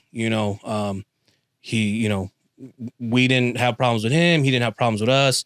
Whenever we would make meals, we would include him if you wanted to, so you're more than welcome to like, be cool, like there's no problems here. Yeah. Like there's a red light, Right. And I feel like I got a lot of schooling from the Norteños that were in my unit because I would see how they moved. Because when I first got to Coleman, I was an idiot, bro. I was so wet behind the ears. Like I was 20 when I rolled up. And I had a knife. And for whatever reason, I thought it would be a good idea to wrap it in clothes, like some sweatpants and stuff, and put it inside of my locker. Just dumb stuff that you're like, bro, what do you're an idiot. They search those. Yeah. Like, what are you doing? No, that's not how you move in prison. Where do you move? Where do you stash? Man, it could be there's certain spots where you move a locker out of you can actually get the locker off the wall, but then the COs started getting hip to that. There were certain things that you could do to where it could like stay inside of your toilet, right? Where you could like, tape it up against the inside, freaking keister it, put it on the yard, a bunch of different ways, right? But not wrapped in clothes, of course, inside your locker, and it was actually one of the Crips that I got cool with. He was a lifer. He was the one actually that gave me the knife, right? And when he found out, he was like, bro, what the hell are you doing? He was in his 40s. He'd been down a long time. He was a lifer. Yeah. He was a convict through and through. Like you're just a kid, so it's not expected that you should know how to bid yet. Yeah, exactly. And so he kind of put me up on game. And then there was two Norteños there in the unit that were like, nah, bro, like this is how you should move. Were you expected to have a weapon though? Like, is everybody at the USPs pretty much got to have access to one? Yeah, it's advised. Yeah. And if you don't have one, then be super respectful. Be mindful of what and who you're talking to, how you move, right? Like if you and I are talking, and someone just comes up and hey, Looney, hey, blah, blah, and like that's super disrespectful to you. Right. So it's like, yo, dude, you don't see us talking, things like that. Yeah. It's that you just learn just to how and what's crazy is you'll see a lot of like, I just call it like over respect. Like they're super, super, super respectful, because they just don't want to have anyone think that they're crossing a line. Right. Because you'll always see that it's over like sometimes the tiniest thing, and it's like, oh, okay, that's it. Now this freaking the Texas blacks and the Florida blacks are going at it, And that means somebody's getting stabbed. Yeah. Someone's getting booked. Life flighted out. Did you see that? Out. Yeah. Yeah. Matter of fact, bro, the DC blacks are crazy. Really? Yes, bro. They are with the shit. Like, really? Like to the point to where like, if you're gonna have to go to battle with them, or you have some beef with them, you better not be afraid to die, and you better be willing to kill. Like all the DC blacks I met, like in the penitentiaries I was at, they are with the shit, but they're super respectful to the gangs of the yard. Basically. But they're professional prisoners. Yeah. They're like a professional prison, federal prison gang. Yeah. And they're wild, bro. Really? Wild. They'll freaking kill you, and then stab you some more, or they'll just you and beat your, like, they're wild, bro. They're wild. That seems to be, that was the rumor in there that they would you. Oh, yeah. They would hard R you. Yeah. Oh. As punishment. Super hard R. Yeah. Oh, yeah. No, but it ain't gay, bro. But they're not gay. They don't play that gay, but they will absolutely lovingly hard R you. Yeah, hard R you. That's crazy. Did you hear about that happening while you were there? As a matter of fact, there was Jesus Christ. one of my he became a cool dude, man. He became like a good acquaintance. He was from Beaumont, Texas. He was a lifer over crack, bro. The smallest amount of crack, and he got freaking life, right? I hope with the laws he's out. He now, might be out now. Yeah. So, hopefully. But at the time he was lifer, and he was talking about one time when he was in Beaumont, there were DC blacks that were in the shoe, didn't want to take another DC black as a cellie. They forced it, then they killed him. You know what I mean? Like, so it's like. Yeah. They're with it, bro. Did the violence, did you hear of that happening while you were at Coleman? Not while I was at Coleman. Did they put in any work when you were there?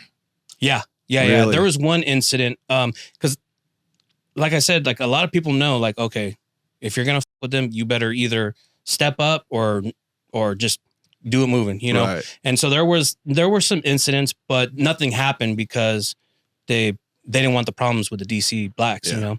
But it did happen when I was in McQuarrie. The DC blacks got into it with the Florida blacks, and the DC guys killed two Florida guys. Wow. Booked them. Yeah. And, and at that time, now that I'm thinking about it, that was like the beginning of McQuarrie really turning into like not pressing charges for some reason. Wow. So when that happened, they went to the shoe.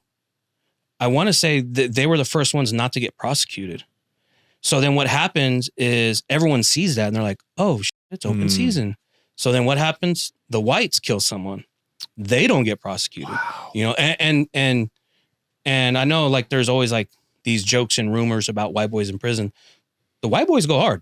I've met some crazy ass AB members that go hard. Did you meet actual AB members? Yeah. Not just like their subsidiaries? No, the actual AB members. Yeah. Wow. Yeah, from Texas. Like they... Serious dudes. Yeah, they're serious dudes. But again, super respectful, very convict-like, you know. Did you feel... Was most of the violence contained within the races? Did it ever spill over into a riot? War? Yeah, or like a black on white, a Latino on white? No. There was one time when I was in McQuarrie, it almost happened between... the Latinos and the whites. And again, it stemmed from a stupid little, tiny little incident to where I was like, oh, okay. The yard's going to go up on this. I forgot exactly what it was. Even at the time, I remember thinking like, we're really going to like fight all these whites because one white guy, like, all right, whatever, it is what it is. But like at the time I'm thinking like, what the hell? But what ended up happening was the whites removed him. They got him off the yard and it avoided going up, so, and that's the one thing too about whites. They won't check you in, so what you'll have is like sometimes with the paisas, if they have a guy that shouldn't be on the yard, they'll just walk him up to the, in the feds, it's called SIS. It's not IGI.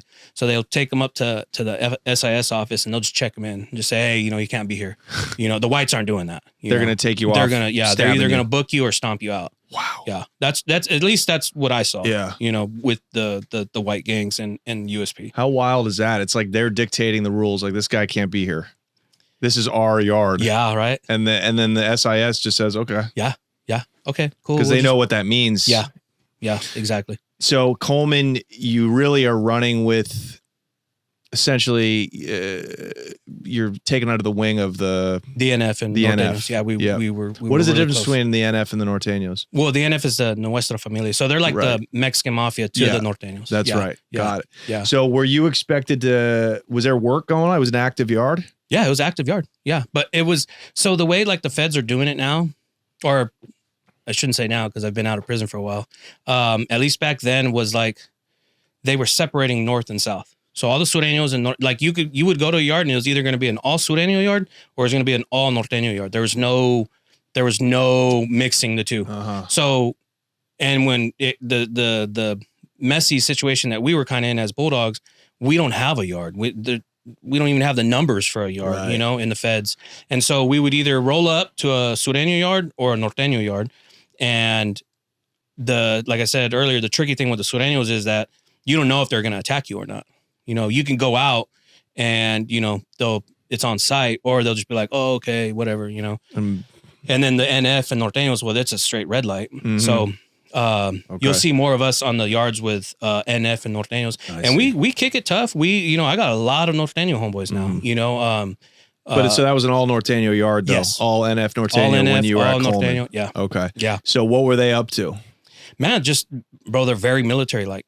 They're strict. They're very on top of their shit, bro. Yeah. They're very well put together. That is a very, they almost run as like they're a small military unit. Like they're very strict. Okay. Very Explain that. Like, they always have their boots on. When they come out to the yard, they patrol the yard before they even like clear the yard. So they'll come out, whoever's first on the yard, they'll spin laps around the yard just to like hear, just to see things, or just to be like, oh, hey, all the paisas have their boots on. They're up to something. And they'll, and we, you know, congregate at one little area when you come out to the yard. And then they, you know, they'll debrief. Okay, hey man, you know, we saw this, or no, hey, everything's good. Everything's cleared. So he's like a scout. You know? Yeah. Wow. Yeah. And, or like, you know, hey, we saw someone digging up a piece. He may be up to something, you know, keep eyes on him, you know? Yeah. And they know who's rolling up to the prison. Every time the bus comes, they know, they have your name, number, all that. They're like, oh, okay. You know, they knew you were coming. Yeah. Oh yeah. They knew. They knew. And what they do is every new member that comes out, they'll get their information. Hey man, who you roll with? Hey, you know, and you need to make sure that you have the information for every single member. Like they're very strict. It sounds like they're organized too. Super organized. Did you have the option of joining them? Not joining them like, oh, I'm a Norteño now. Yeah. But like rolling with them. Okay. You know? So you couldn't have said that, hey, I want to actually be down with as a Norteño? I actually could. Okay. I actually could. And like I said, I know a lot of NF guys and they're solid dudes. Solid. Like it kind of now pains me that we are like on site with them because I always saw them as like us. Like they're no different than Bulldogs. The only thing is our motto is like, you can't tell me what to do. Right. Whereas like you have the NF, you know, that give out, you know, set down the rules and you abide by them, right? But they are just like us. Yeah. And I saw that, you know, I have a lot of buddies from Salinas, you know, Stockton, San Jose. And I was like, these guys are just like us. You know what I mean? I got really close with them there at Coleman, really close. And what were some of their rules? No drinking. Really? No drinking. Yeah. No drinking, no drugs. They didn't even sell drugs?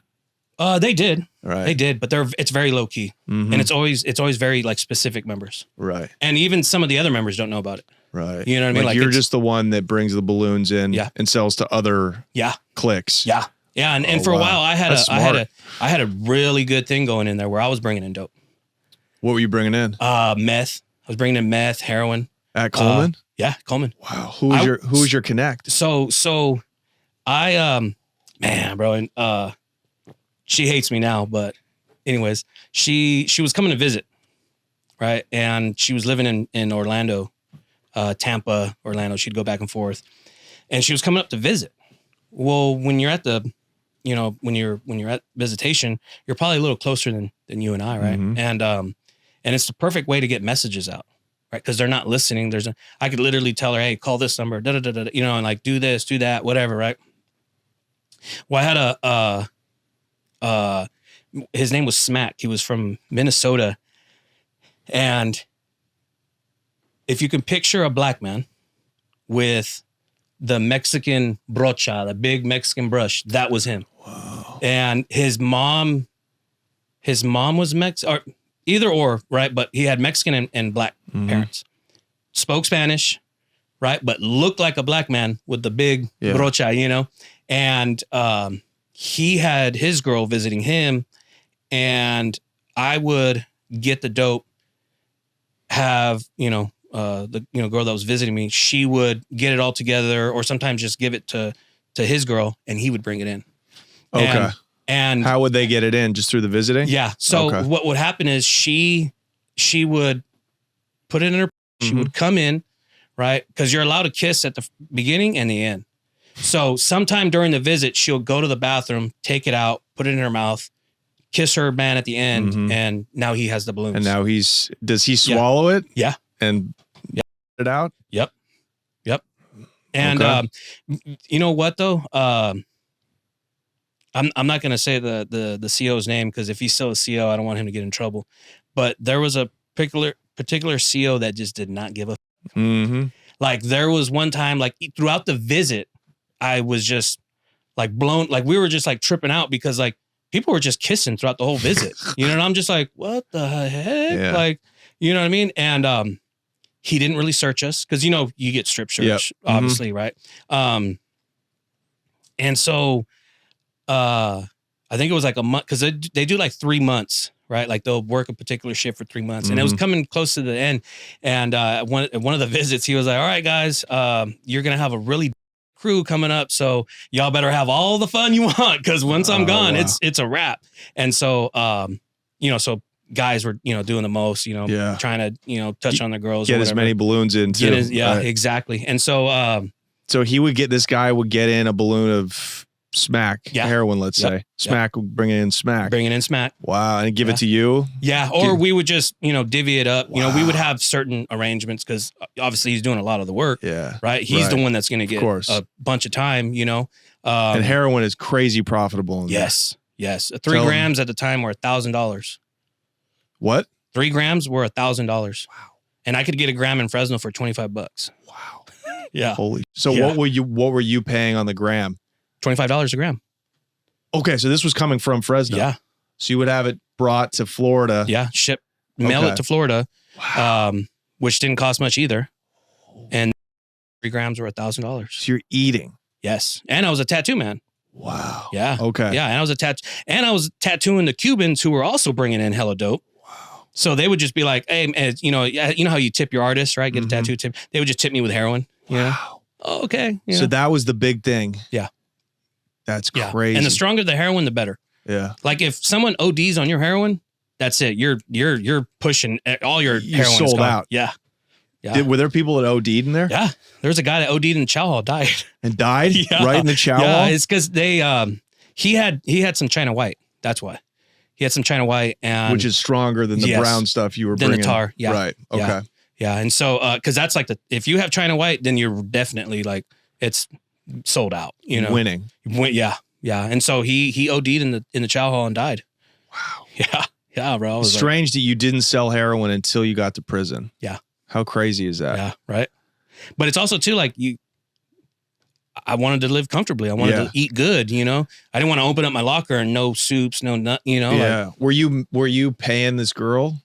Yeah, she would be compensated. Okay. Yeah. But you're still making thousands of dollars every time you get a balloon. And how many grams would be in a balloon? It depends. It depends, because sometimes. So Smack's old lady, she was better at packaging, so she could make super tiny balloons and at least get 3 grams in there. You know what I mean? Because what they would try to do is like get as many balloons as possible, and you're not going to be able to swallow a huge ass freaking knot. So excuse me, she would make a bunch of them, and typically since she knew that 3 were 1,000, she just would like to do 3. Wow. 3 grams in one little balloon, and he could just. It's like $9,000. Yeah, crazy. And are you shipping these off little by little, not even stone by stone? Yeah. I mean, like kind of like match head size. Okay, match head size. Yeah. And how much does that sell for? Like $100. Insane. Yeah. Wow. Yeah. So there were some guys like I said, it's a penitentiary. You had like some heavy hitters there that like had lots of money. You had what's his name? Benjamin from AFO, Ariano Felix. He was there at that time. Right. You had a couple cats from New York that... I actually think it's Ramon. Benjamin got murdered. He got killed by Chapo. No, it's Benjamin. Are you sure? Yeah, it's Benjamin. Oh, wow. Oh, Ramon was the crazy one. Yeah, okay. Ramon is the crazy one. He's the one that got killed. Yeah, okay, gotcha. yeah, You're right. Yeah, it was Benjamin. And then there were a couple other cats there, Cuban guys that had money. And so, but they didn't want to get in the mix of trying to bring it in. No, because they're kingpins. They don't want to deal with the muck. Yeah, just bring it in and we'll pay you what you want. Right. And, and then we'll break it down. Were you selling heroin to Benjamin? No. I wasn't really close with him. Like, I knew him really well, but one of the paisas, Arturo Villarreal, he's a good friend of mine. He was cool. Me and him got really close because we were in the same unit. I see. How does a guy like a real drug lord like Benjamin Arellano Felix, right? Like, literally was one of the most powerful drug traffickers in the history of Mexico. Yeah. Like a billionaire. Yeah. How do they live like on the main line? How do they live in the main line? Bro, so he would have two paisas that would follow him around and like carry stuff for him. Like, if he played handball and like the ball went off the court, he had someone to go get it for him. Like, he just was like a god for them, and like a rock star. Yeah. And I'll never forget the first time that Chapo got pinched, all the raza on the yard, he went and got like orders for them and had a huge like spread essentially. Wow. Like, where it was like burrito bowls, burritos, right. and like all the raza ate, because that's how happy he was that Chapo got caught. Right. Yeah, dude. And we were just like, payback. Yeah, we're just like, okay, like, all right, eating a burrito bowl and like, But he must have really kept to himself. Like, in terms of like talking, he probably didn't talk to a lot of people. No, he really didn't. He would see us and, hey, buenos dias. Like, he was very respectful, but like, he was very quiet. He was very to himself. He was very like, because he has nothing in common besides the Spanish language with some guy, some gangbanger from Fresno. He has nothing. He lived like a wealthy industrialist. Yeah, exactly. Even though it was ordering drug crazy. Yeah. So many murders. Yeah. Wow. Yeah. So he had bodyguards with him. Yeah. He had and helpers. And helpers. Yeah. Wow. Yeah, dude. So he's not a target. He's never getting no because he's so respected and he has backup. Yeah, okay. That too. But also, like, he's also respectful himself. You know? Like he wouldn't involve himself in anything that could potentially bring. Like, he wasn't gambling. Yeah. I mean, if he was, it was probably like something small. Yeah. You know what I mean? But typically, people get in trouble for gambling because they can't pay a debt. He could obviously pay the damn debt. You know, right. So. What are the biggest things that people get in trouble for that lead to stabbings in there? Gambling and not being able to pay your debt. Can you tell us about the gambling? Yeah. So it's like, because that's a whole industry in there. Yes, I believe, it right? is, bro. Yes, it's like its own. See, that's the thing about prison. Like, out here in the world, we'll have like tech, right? You got the software companies, the tech. Well, in there, it'll be like the people that could push a cell phone, make a battery, right? And gambling is like its own little industry of prison, right? And so you'll have a ticket man, right? And it's just like Vegas. You have your odds, you have your over and under, whatever you want to, and, basketball, football, college football, right? College basketball. Like, you have your teams and you'll do your over and under. You do a 4-pick, 6-pick, whatever. You have all the odds. It's just like a miniature Vegas, Okay. And the ticket man, typically from what I experienced, the ticket man has money. Right. Because he's the one to pay out. Yeah, if he loses, he has to pay out. He has to pay out, yeah. And so, just like a sports book, like the mafia would run. There you go, yeah. And so what would happen is you'll get people that will be like, oh, okay, well, I owe you 10 books or whatever, $100 or 30 books or whatever. Books of stamps. Yeah, 30 books was $100, And they'll just get into debt to the point to where they're like, I can't pay you back. Or what they'll do is they'll just check in, they'll PC it up. Yeah. Wow. Because they can't pay the debt and they're like, I'm not going to get stabbed over this. I'm gone, Right. Yeah. And you will get stabbed eventually. Eventually, yeah. Or at least beat up. And then drug debts? Same thing. You'll, some guy will come to you and be like, oh man, I'll get you next commissary day. Just give me a list. Next commissary day comes and, my money didn't hit. And it's just it's just a never ending cycle. Now, how did you deal with that? with this heroin that you're pushing, did you give out, because you want to go home, you want to avoid stabbing somebody unless it's self-defense or it's a riot, like you have to. Yeah. What was your policy? Did you give out credit? So my thing was, I was already kind of like on the radar because I tattooed, and there's been previous times where I got busted. And at Coleman, they were kind of strict about tattooing. Like it just depended on what CO, right? And so I was already kind of like on the radar for it. So what I would do is I wouldn't even deal with it. I would give it to some of my homeboys and be like, okay, you guys sell it or whatever. Or I would just deal if I was like, yeah, you know what, I'm going to sell. This time I want to sell some so I can get some more money. I would just deal with someone that would send me the money right then and there, or send it to my friend outside. And that I knew were like good stand-up dudes that had good credit. Yeah. They had good credit scores. Okay, gotcha. So you didn't just sell to junkies. No. And I because that's dangerous for the dope dealer too. Because now if they find out you are owed money, you have to go handle it. Yeah. And then not only that, sometimes you'll run the risk of the junkie snitching on you when they check in. Right. Because they'll say, hey, I can't be out there. I have a drug debt. Right. Oh, well, who'd you get the drugs from?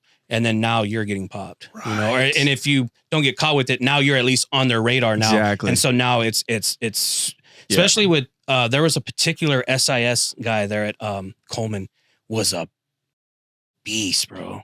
Like he had this like sixth sense where he knew, oh, you have a knife. Come here. And like, take your knife. And you're like, what the and people swore somebody was snitching and they weren't.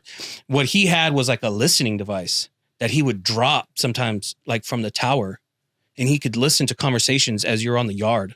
Wow. And it's hung by a wire or I don't something? know. He had a listening device. Wow. One of the COs told us about it. Wow. So, I mean, I don't know if he like did it from like inside and like would open the window, right? But it finally got to the point to where like everyone knew if you're like kind of close to the guard tower, don't talk about anything, you know, especially if that window is open, you know, because he had like this freaking, I've never seen it, right? He's a real Boy Scout. Yeah. And would he ever catch you with a knife? No. You never got caught with a knife? I never got caught with a knife. Just a tattoo gun. I got caught with a tattoo machine one time. I got caught, and they were pissed about this for some reason, but I got caught with the list of guys that were going to come to the yard, and that they were tripping on it because that's like a security thing for them, you know, and they were freaking tripping balls on that one. But other than that, the only trouble I got into was, I got away with removal. There was a Bulldog that came to the yard that was no good that we got rid of. Why was he no good? Because he lightweight snitched on my co-defendant. So my co-defendant, the one that got us all in this in the first place, he goes to Lompoc, and there's a Bulldog on the yard, and the Sureños are like essentially bullying him. They're like, if you don't work out, you got to come out to the yard. You can't take your shirt off. They're just basically like dictating his program. And so my co-defendant gets there, and he's like, wait, what? Like, we can't do. He's like, nah. So then my co-defendant beats him up. They go to the shoe, and he tells on my co-defendant. My co-defendant has all the paperwork. He sends it to me, and lo and behold, a couple months later, this guy is coming to the yard, and I'm like, this is weird. You know, like at all prisons, you came here where his co-defendant is at that has this paperwork. Like you could have gone to any of the penitentiaries, you know? And so we got him off the yard. What'd you do? We just stomped him out. We didn't book him. We stomped him out. It was a good stomping? Yeah. And the guy didn't even see it coming. Like that's what you do. You rock him to sleep. You know, we made him feel comfortable, gave him a care package and all. Like, and at Coleman, like the killing grounds it was behind the handball court because the tower can't see. Wow. So the guy that with the missing eyeball, the Paisas killed him behind the handball court, and the only thing that saved him was one of the COs was at the window of the unit and could see directly at us and saw us. And he was in the unit that my homeboy Paya was in, and Paya has super long hair. So he was, so to give more, context, it was after dinner and we didn't have night yard. So And since it was really dark, everybody was waiting to go back to the units. That's when we did it. And so me and Paya, you know, once the CO called it in, they hit the deuces, you know, it's now everything's going off, right? Me and Paya take off to go into the crowd of a bunch of men trying to get off the yard, right? I get away. Paya doesn't, because like I said, they were like, oh yeah, we know who that guy is, right? What was really messed up was there was a norteño from Albuquerque. He was from Burque. His name was Stalker. And he worked in the kitchen. He hears what's happening, the ongoing, right? He knows we're going to get locked down.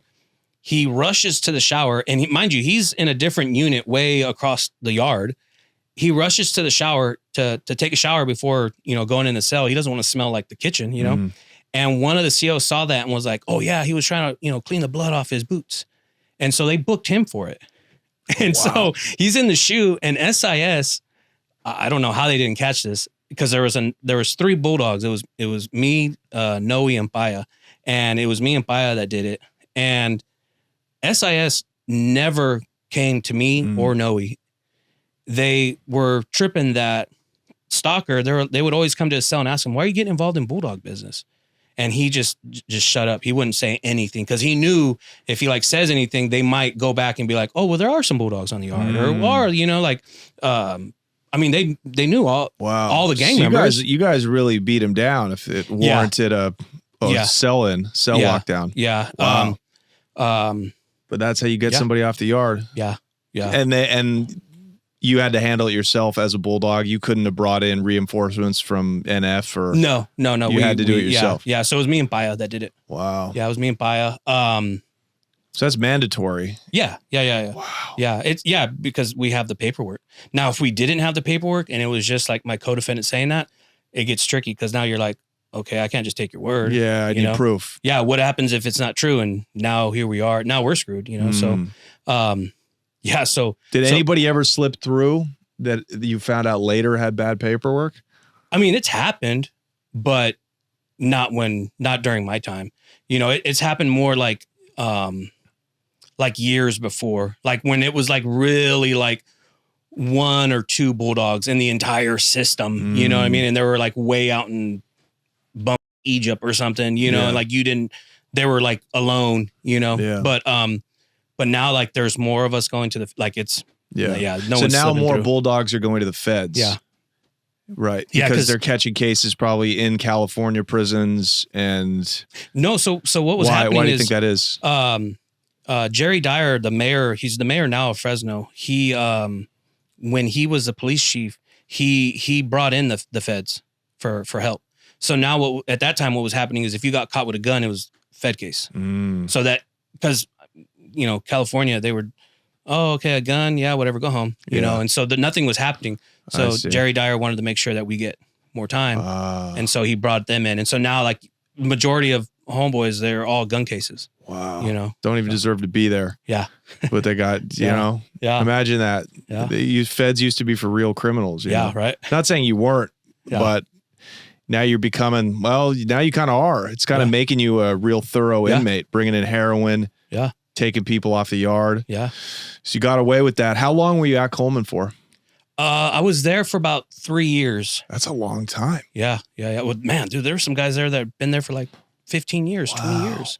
Yeah. So on that particular yard. Yeah. Wow. So you're getting comfortable. Yeah. And then, man, I got my points dropped enough to go to FCI, and they sent me to FCI Tucson, nothing but Sureños. So I get there, and it was weird because, oh, my bad, bro. I don't mean to lie to you. There was a Bulldog that slipped through, but it was because he was there by himself. So he was no good, but the yard was full of active Sureños, and he was slipping through, but because he was by himself. And then once I showed up, it was like, oh no, I exposed him. So what happened was I get there, the administration's like, hey, can you go out to this yard? I'm like, yeah, I can go out, you know? And they're like, well, if people start disappearing or people start checking in, we're going to pull you off the yard. And I'm like thinking to myself, do you like, what? I'm like, it's a yard of Sureños. I'm from Fresno. And I'm thinking to myself, like, how would people check? Like, I could see maybe if I was like Black Hand or something, you know what I mean? And now all of a sudden, Sudanese are checking in, but I'm from Fresno. And so I just was like, all right, whatever, And I just was like, no, I'm good, bro. Like, you can let me out. Nothing's going to happen. I make it out. I make it to my unit and I make a little tomahawk. Out of my razors. And in my unit, there was only one Sureño. And so when I saw him, of course hey, where are you from? Right. He does all that. And I freaking slice him and I hit him in the face. And then I piece him up a couple times and he drops. Then so the way FCI Tucson, the units are designed is you have like this main floor and you have like these stairs that lead to cells up here.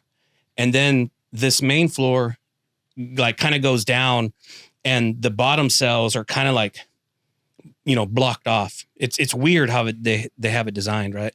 And so I got them down there where like the CO couldn't really see. And I'll never forget, even after I dropped him and he was on the ground, I looked over and where it was, I could see the CO's boots in his office, just standing there. He was doing something. And I was thinking to myself like, oh damn, he's right there, But in the process, I dropped the piece. So I whack him and then I hit him a couple times and I dropped the piece. Well, there was this black dude from Fresno that knew I was from Fresno and later on picked it up for me and flushed it. Yeah. So that's so it's basically a paper. Tell us what a tomahawk is. So what it was is I made it out of like the little tiny little toothbrush they give you, a little piece of cardboard from the toilet paper roll, string from my boxers, and then the 4 razors.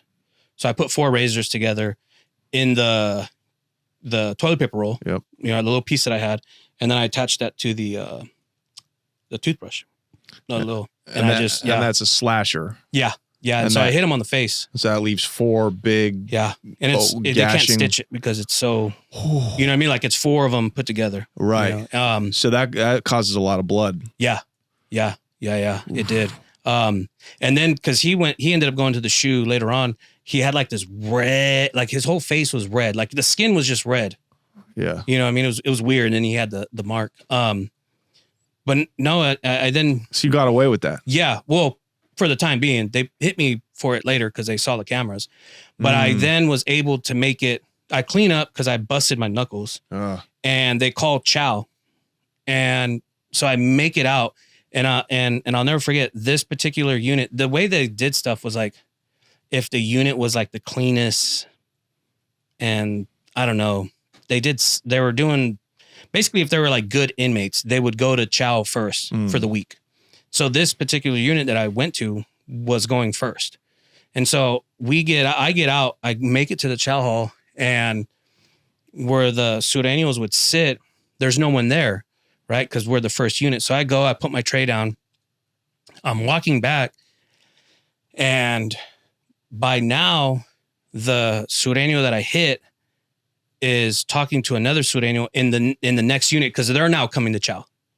Right? Is he bleeding? Yeah. Yeah. Bro. He's just talking with a gashing wound? Yes. Right? I would have gone to the doctor. Yeah. Please help. No, and so then the way it was structured was like a small like little hallway, kind of almost like that area right there, and like you would get your tray and come and walk into the chow hall. And as soon as they saw me, they freaking boom, they rushed towards me. Yeah. And we start fighting. Wow. And so I cracked the big guy first because the guy that I hit, he was kind of a big dude, right? He was closer. He was closer to me. He got to me first before the other Southsider did, right? And so I hit him a couple times, but this time I didn't drop him. And then the other Sureño is now hitting me. So me and him start fighting. That's when the bigger dude kind of just wrestles me up against like a table, and he's just holding on to the table and holding on to me to make sure that I don't move. That's all he was doing. He didn't care about trying to punch me or anything. So I'm like trying to hit the Sureño and he's trying to hit me. And we're just like going back and forth, me and the other Southsider. That's right? a dangerous place to be. If you were in USP, they're going to come up with shanks. Yeah. Well, that's a move, right? Yeah. They grab you, and then the other guys come up. Yeah, Oof. Yeah. So good thing. I mean, he didn't have a. But you're in the chow, so most people aren't gonna try to kill you in the chow. Yeah. Why did you take off on this guy? Why did you do that? Was that the guy that was no good? No, because so at this time, I wasn't gonna take the risk of being on a yard where like I was being told what to do, and if I didn't comply, then I would get hit. You know, Okay. I'd rather. So that was preemptive. Yeah, because you knew it was a green light. Sureños versus Bulldogs. Yeah, at certain prisons. At certain prisons, and like this one at Tucson, it was. Well, they had a Bulldog there, but he was no good. But they didn't know that, and so my mind was like, I'm not going to sit here with a no good Bulldog and Sureños that like at a moment's notice can just be like, hey man, you know, you need to take, you know, put your shirt on. You can't be out here with your Fresno showing, you know, like I wasn't going to take that risk, you know? Yeah. It's almost like you took yourself off the yard. Yeah. In a way, you attack and you now, you know, have kind of gained that cred, you know? Okay. So did they beat your ass? No, I mean, the other Sureño, he tagged me pretty good. He kind of lit me up. And then the COs came in. That was maybe 10 seconds. You know what I mean? It was real quick. And the COs split us up. They boom, take me to the shoe. The next day, for rec in the morning, the CO comes and he asked me, hey, who can you rec with? And I was like, anybody. They put me in the cell with two more Sureños. And they were already uncuffed. Again, too, like if this was like a crazy USP or like the Smooth program or something crazy, you know, they would have probably had pieces and freaking and booked me, you know, because I come into the cage and I'm cuffed. They're not, you know, but I see them talking to some Sureños in the cage over. And so that's how I made the connection. Okay, these guys must be Sureños. So they uncuffed me, and the one guy that was closer to me was like, hey, you know, I'm just gonna talk to these dudes real quick, and you know, and then we'll get with you after we're done talking. I'm like, the f you are. So I just take off on him, and then the other guy, he tries to fight me, and me and him, we start getting it, right? Because the first dude that I started cracking, he just kind of backed up and was trying to get away from the fence. And then I turned around and started fighting with the other guy. That's when the first dude, again, did the same move. Rushed me, you know, try to wrestle with me. But the other guy that was now free and was trying to hit me, he was a lot slower. So he wasn't piecing me up like the first Sureño in the chow hall. And then we all just start wrestling. Because then the dude that was, you know, swinging on me, you know, he rushes me, and then we just all go to the ground, and I'm trying to get away. I'm trying to elbow kick, right? And so the COs come in again, break us up, do the thing, right? Take us back. You know, we have to wash off the mace and all that other stuff, right? Like we did from the chow hall fight. But what was weird was then so that was a Friday and a Saturday that all that happened. Monday, when the warden comes back to work, she's like heated. She comes to my, cause she comes to my cell, and I haven't been given like how much time I'm going to do in the shoe, right? Like you get a certain amount of time. And she's like, I'm going to do whatever I can to make sure that I eliminate your shoe time. I don't care how long it is. And you're going to get the hell out of my prison. And I was like, fine with me, you know? But what was weird was one of the guys that I got into, I'll never forget this, because SIS came and wanted to know, hey, what's your problem? Like, there's another Bulldog out here. Like, and again, I'm just like, hey, man. Why was his paperwork bad? Because he had checked in at a state prison. He PC'd up in a state prison.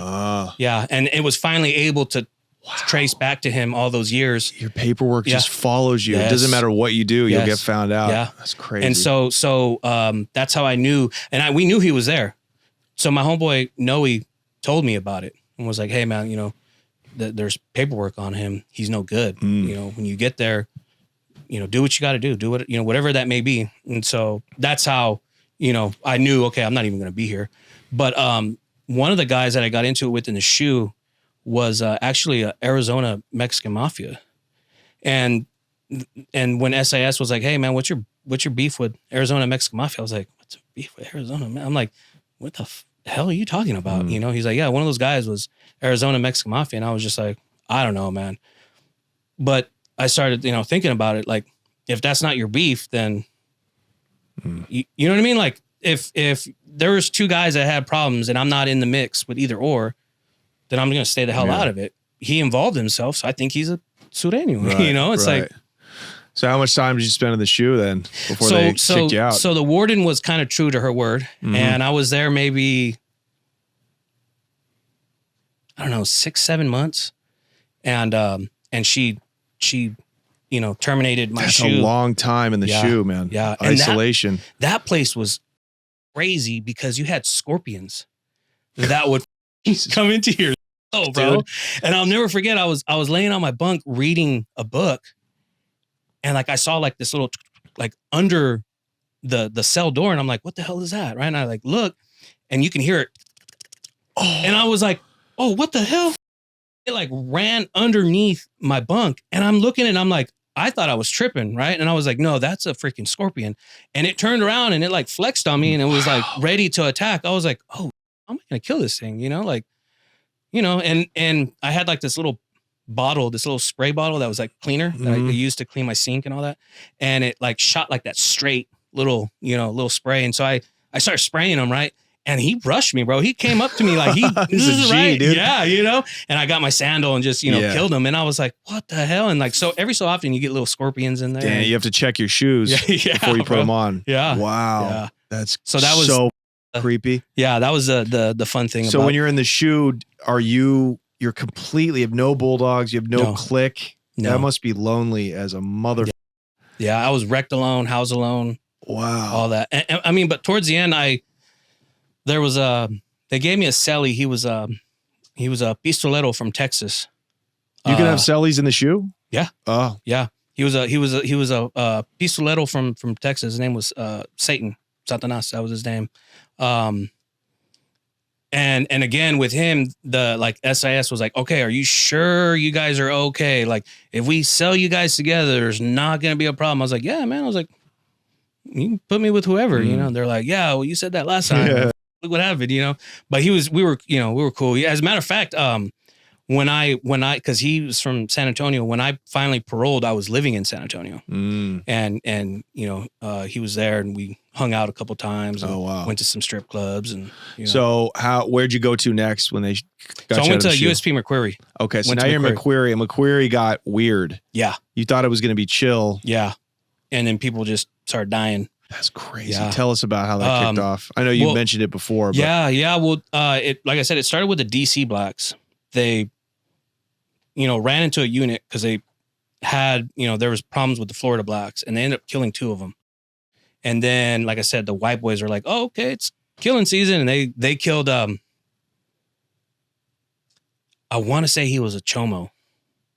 Probably. Yeah. I want to say he was, I mean, of course, you know, he was obviously something bad, right? Because the white boys aren't going to take out another white boy unless he's, you know, dirty, right? So, but I want to say it was a chomo, and they, again, they rocked him to sleep, brought him into the cell, and I don't know if they stabbed him. I'm trying to remember the details, if they stabbed him or they choked him. Anyways, they killed the guy. Damn. And they weren't prosecuted for that. That's crazy. And so everyone's seeing these guys come back out to the yard, and it's like, oh, okay, you know, we're not going to get away with it. Season. I mean, we're going to get away with it. Like, it is what it is, you know? And so a lot of stuff started happening then, you know. Who are the white guys? Is McQuarrie an FCI? No, it's a USP. Okay, because so your points went back up for being in the shoe, so now you're back to square one. Yeah. Damn. So I get to McQuarrie, and so is that AB guys or Nazi lowriders? No. So we had there was Texas AB there. So the NF, one of their enemies is the California AB. Yeah, So the originals. Yeah, the only AB in my opinion. Yeah. You know, as a matter of fact, when I was in Coleman, some Texas ABs rolled up that almost got killed in Victorville by California AB. Wow. Yeah, dude had some missing intestines. He had like a plate in his head. Yeah, they were trying to kill him. And again, it's California AB. They're not going to stomp you out. They're going to try to cut your head off, do crazy shit, right? Like they set a tone, you know. So in McQuarrie though, it was just Texas AB. Right. And Aryan Circle, they're out of Texas. And like Ohio, like it was different states that had their own AB factions that were there. But one particular AB, the California, that's not one of their yards. You know. Gotcha. Also, too, I don't know, because I know they're going at it with the NF. Who was the biggest, well, demographic wise, in your time in the feds? Who's the most populous? Latinos, blacks, or whites? Like, how would you? I would say it's a mixture of blacks and Latinos. Okay. And the only reason, I mean, what makes the numbers for blacks so high is Washington D.C. Because no matter what you do, it's a federal case. Right. Yeah. So they're always the biggest car, or to be the paisas that are the biggest car. That makes sense. The DC blacks, therefore they're the strongest black prison gang. Yeah. Oh, that makes sense. And the paisas, of course, for drug trafficking. Drug trafficking, being here illegally, all that other stuff. Yeah. Wow. That makes so much sense. Yep. Damn. So you're back at McQuarrie. How much time did you have to go when you got there? So had you lost good time? Yeah. I assume. Yeah. And one thing about the feds is once you lose it, you can't get it back. There's no programming. No, like once you lose it, you lose it. You know, like that's it. Wow. Like, yeah. And so I get to McQuarrie, and at this time, my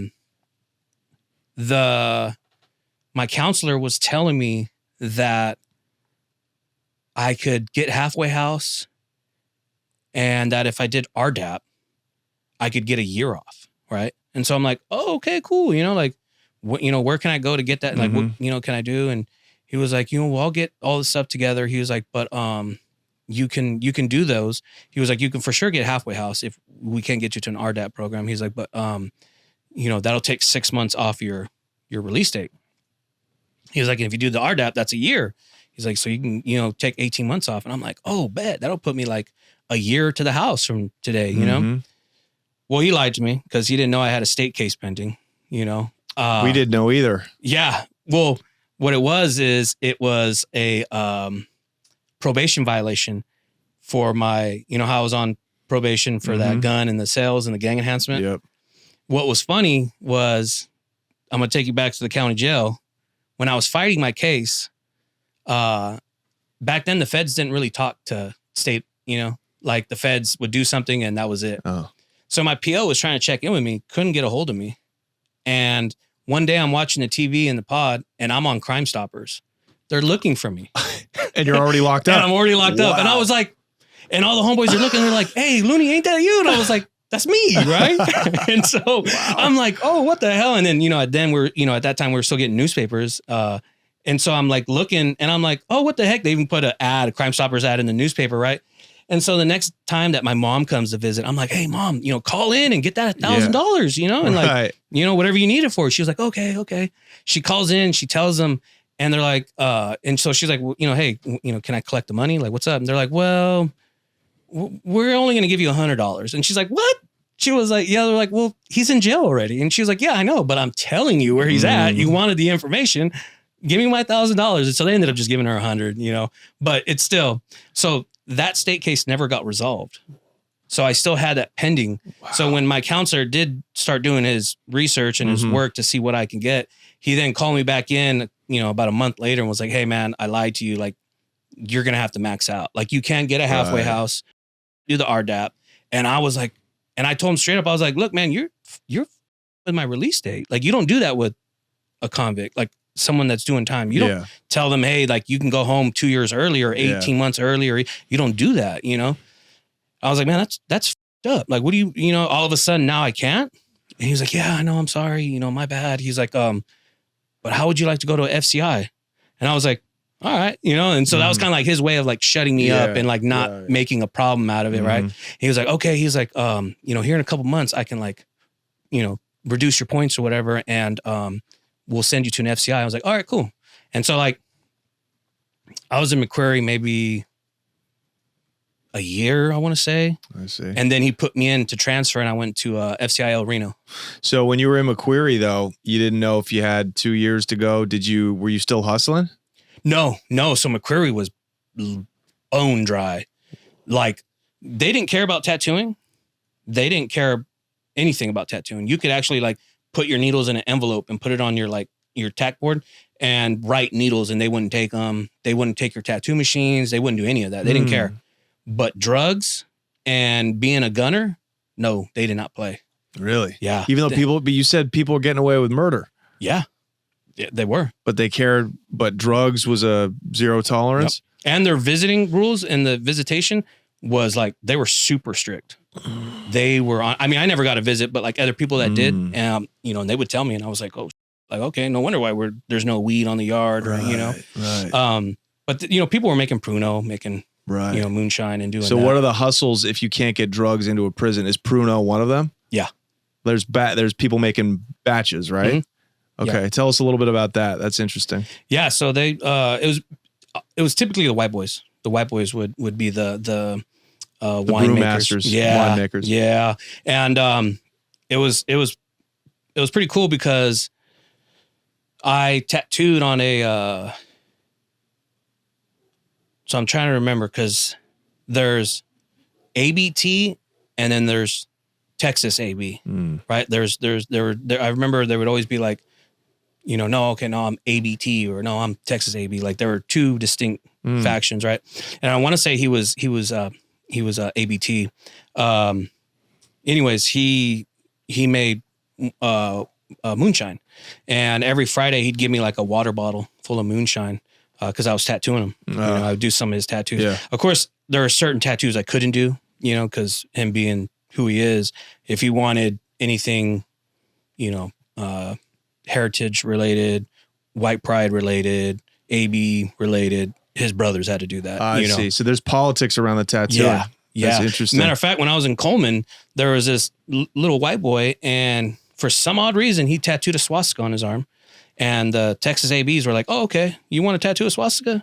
You're now holding our knives. You're now doing that." And they put him to work. They started telling him, and then he got tired of it and checked in. So you have to get sanctioned before you get gang tattoos. Yeah, they were pissed. They were like, "Oh, okay, you want to do that? Like now, that's fascinating." Yeah. Why would they allow murder but no knives? I think it's because the DA wouldn't pick it up.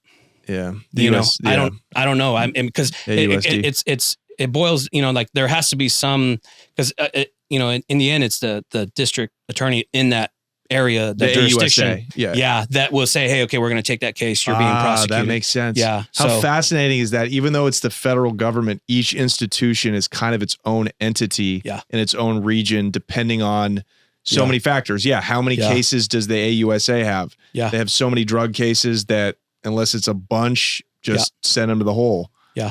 That's crazy. Yeah. Yeah. And as a matter of fact, I got kind of curious. I don't know, I think it was like maybe about 4 or 5 months ago, just to see how, like, if McQuarrie was still like that. And I saw like some articles from like, I don't know, maybe I want to say 2019, 2020 or something like that, where this other white guy again was killed and like no one's been prosecuted for it. Yeah. Like, oh, okay. I guess there's, up until that point, they were still at it, They're still getting killed even with no drugs in there. Maybe that's makes it even more violent. Yeah. Yeah. Who knows? So what would a thing of moonshine, what would that like sell for? It depends. It depends on what yard you're on. So in McQuarrie, I want to say it was like $30. It was like $100. Wow. And Coleman was $10, which was like $40. Yeah. Coleman was a lot cheaper because there was so much of it. And that's all profit. Yeah. What is moonshine, good moonshine in the feds made out of? Do you know the recipe, or do they keep that proprietary? No. They would, I never, I don't know. It just wasn't my jam to make that stuff. But, I would see them sometimes from time to time because, like I said, the white guy that would, give me moonshine. Sometimes he would call me in and he'd have like a little empty prescription bottle and he would just dip it in the shine and I'd take a little shot or whatever. And I would see his little get up, Wow. But basically it was just taking the Pruno and distilling it, like making moonshine, boil it and run a hose into another bag and collect it. Wow. Yeah. So oranges. The base is oranges, sugar packets. Yeah. Anything else? More juice. Anything that you can get that's sugar, But they're really good. Like they're not tasty, I would say, but like they're freaking strong. They're effective. They're strong as bro.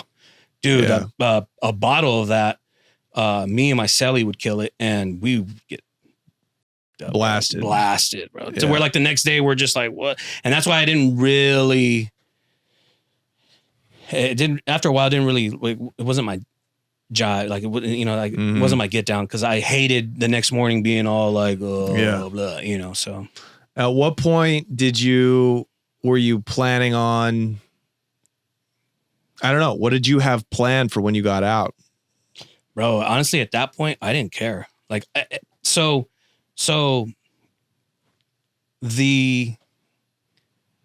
there are 3 events that happened when I was in prison that when I finally paroled, that's when I was like, no, I'm going to do my thing and I'm not coming back to this. The first event happened in Tucson. So after that incident, you in the SHU, you only get 1 15-minute phone call a month. So it's been a while since my mom's heard from me, and I'm talking to her, and she can tell by how silent it is. She's like, "You're in the SHU, huh?" I was like, "Yeah," and she like just broke down and was like, "Are you ever gonna like learn? When you were born, I didn't have these goals for you to be this wild prison guy. Like, don't you want to make something out of your life? Like, and you could just hear, I mean, Latina moms, like their boys can do no wrong, right? Like we are freaking, man, we're coddled to the fullest, right? Yeah. And so to hear her finally be like, don't you want to make something of your life? Like when you were born, I wanted you to go to college, be an engineer, do all this other stuff. Like, what is wrong with you? Like, is this what you want for your life? And it, oh my God, bro, it broke me down, because I'm super close to my mom. My mom is like the sweetest woman on earth, and that night I'm glad I was housed alone because, bro, I just bawled and I just thought about all the pain. Like I could hear it in my mom, like the pain and suffering and the stress that I'm causing her, I'm her only son, and here I am doing stuff that can get me killed. No regard for how my mom feels, right? Just realizing how selfish I was. And I'm just like, bro, it was like, I've never cried like that, ever. It's hard for me to cry, I think just based on like how my dad raised me. But that was like one time, bro, it just would not stop, Wow. And then, so then that happens and it starts to kind of like, man, dude, like I'm really like stressing my mom out, Where was your father this whole time? He was out there. He was, working. Had your mom and dad split or no, they're actually still together. Okay. But he must have been ashamed of you on another level. Yeah, he was. Cause he and as ironic as it is, like, cause he's been in some trouble, when he was in Mexico and stuff. And he just was like, man, dude, like you're in prison. Like he wasn't super ashamed. He just was like, at least when you get out, get a job, get, work. Don't just be this street guy running around crazy in the streets. So, but me, my dad and I, at this time, we didn't really talk a lot. We weren't really close. Makes sense. Yeah. And so that happens, right? I get to McQuarrie and like maybe a month or so before I go to El Reno, there was this black man that was a lifer. He'd been down like 30 years and his name was Roach. Super stand-up dude, like a convict, you know what I mean? And he was from the Midwest. He was so like convict, like any, like, even if you weren't a black from the Midwest, but like he really like dealt with you tough and he was cool with you, he would show you his paperwork, which he didn't have to, but he would do it just so you knew, okay, like I'm not a snitch. I'm not any of that. I'm a stand-up dude. And so one day, it was an Easter event and he invited me to church. I've never been, I don't do church. I don't do any of that.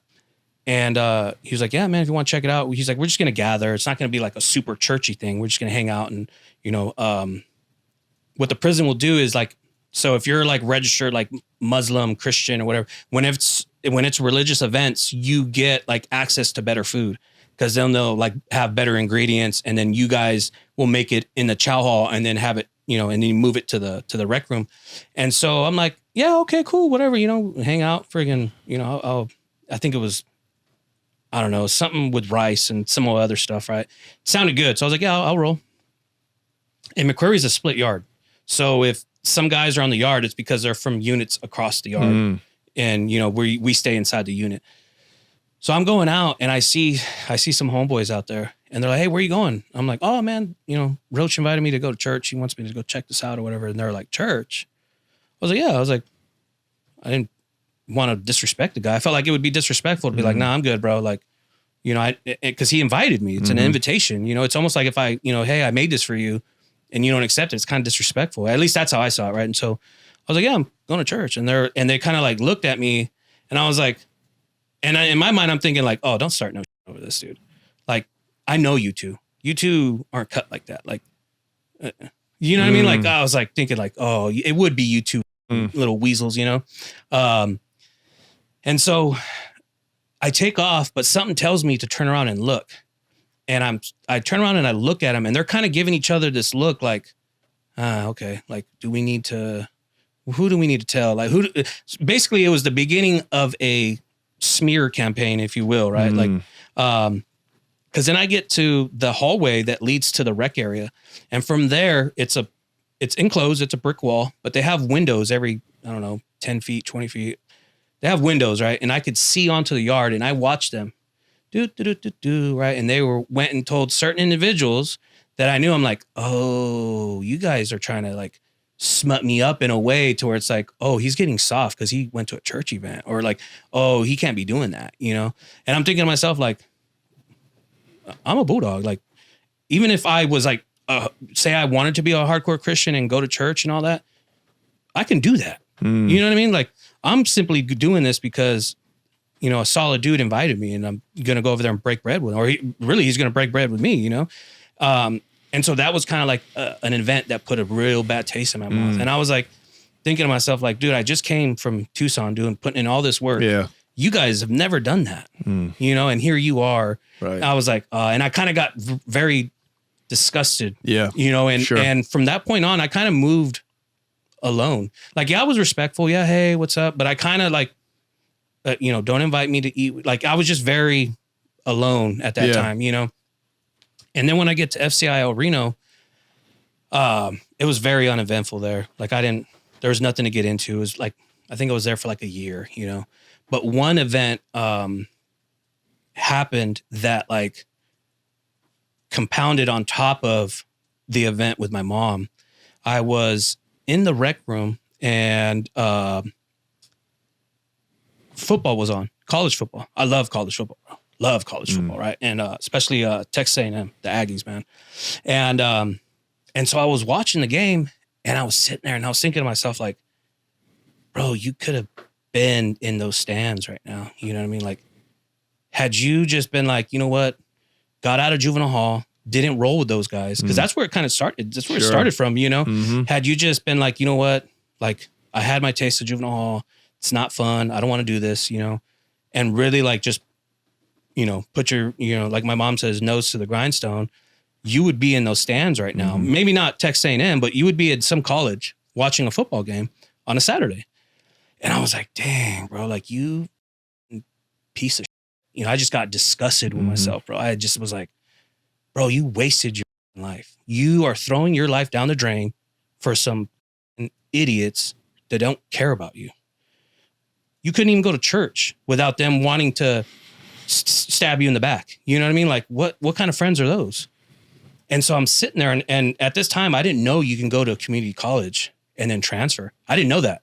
For some odd reason, bro, I thought you had to go right out of high school. I thought you had to go high school, college, and then that was it, I didn't know anything about community college and then transferring to A&M or any of these. Yeah, I didn't know. And so I'm thinking to myself, you blew your opportunity, bro. You just wasted that opportunity for what? For what? So some heroin addict can think you're down? Like, and bro, I didn't cry because I'm in the rec, I'm holding it in, but I'm just like, oh my God, bro. It's a low moment. Yeah. And so those three events were the ones that, like, when I got out, I was like, okay, I can't do college. Right. So I thought, I can't do college. I'll just work as a welder. I'll do something in the trades, and make something of myself. Right. So you did 7. Yeah. 7 clean. 7. Not clean, but 7 even. Yeah. Okay. Wow. And so you came home. When did you discover that you could go to community college and then transfer? My sister. So my sister was in college at the time, my little sister, and she's working in this upper division like stats class, and so like I said, I went to San Antonio, but then why? My parents moved out there. Oh, okay. Yeah, my parents moved out there. I see. So as soon as I paroled, bam, I went to San Antonio. Got it. That was 2016? Yeah. Okay. 26, sorry, the end of 2015, like the very end, we went out to San Antonio. And then, like the summer of 2016, we all moved back to California because my mom's job, it was something to do with my mom's job, sent her back to California. And my sister was with her too at the time. And my sister was doing college. And so I went to go visit them because they were living in Salinas at the time and I was in Fresno. And I was joking with my sister and she I forgot the exact math problem she was working on, but like she was talking about it, right? And I kind of put couple pieces together and she kind of looked at me and she was like, yeah, that's right. And I was like, oh. And then she was like, hey, you should go back to college. I was like, can't do that. What are you talking about? And then she broke it down to me. She was like, yeah, you go to a community college, you do your 2 or 3 years there, however long, and then you transfer. And I was like, what? And she's like, yeah, you can go to a 4-year university. You just have to do your undergrad or your lower division at the community college. And then if the 4-year university accepts you, then you go. And still at that time, I was like, nah, I'm a convict. I have a criminal record. I don't want to go to college, not get a job because of my record. And then I told her, I was like, plus, look at me. I told her, like, guys like me don't go to college. You know what I mean? Like, I'm fresh out of prison. Like, no. And it actually wasn't until the following year that I went back. And that's because I had an amazing opportunity lined up with a welding union in Fresno. And, it fell through. And that was like my sign to be like, okay, I'm going to college, And I told my sister, I called her because I was like, hey, man, and I explained it to her. I was like, you remember that amazing, opportunity, how I was supposed to be like on the next thing smoking to go work on the pipeline. I was like, yeah, well, a dumb little mistake booted me from that. I put down my number wrong. So when they called me or when they called to have me go work, they called the wrong number. And so they took me off the list because it's like that, And so I told her that's the sign I needed. I was like, take me to Fresno City College and show me what I need to do. Wow. And so you're just taking general courses, right? You don't know what you're majoring in yet. No, I don't know anything about majors. I don't know. But your mom had told you from a young age that she wanted you to be an engineer. Yeah. So did you have a gift for math and for problem solving like that? Why would she have said that? I mean, honestly, I think that's what she wanted for me, Interesting. Like she wanted me to get a good career, in engineering field, a lot of great opportunities, right? And so, and so I get to, Fresno City. At that time, they were making you do a math placement test to see where you place. And they had 3 tests that were 45 questions each. One was like the lowest. Then you had think of it as like the easiest and then a medium. And then like the hardest one had like some calculus and some other stuff in there, right? And so I take the easiest one because I'm like, bro, I haven't been in school in years, and killed it. Like, wow. Yeah, I think I got like one problem wrong. And I'll never forget the lady that was working there. Her name is Harvey Gill. And she looked and she was like, oh, no. She's like, I'm going to give you the hardest one. And then from there, we'll determine what you want to do. And so I'm like doing some of the problems. And then like some of them I didn't know, right? Because it's, they're pretty difficult. But like I could see like someone had circled and then erased. So I would just guess. I'd be like, okay, that's the answer, right?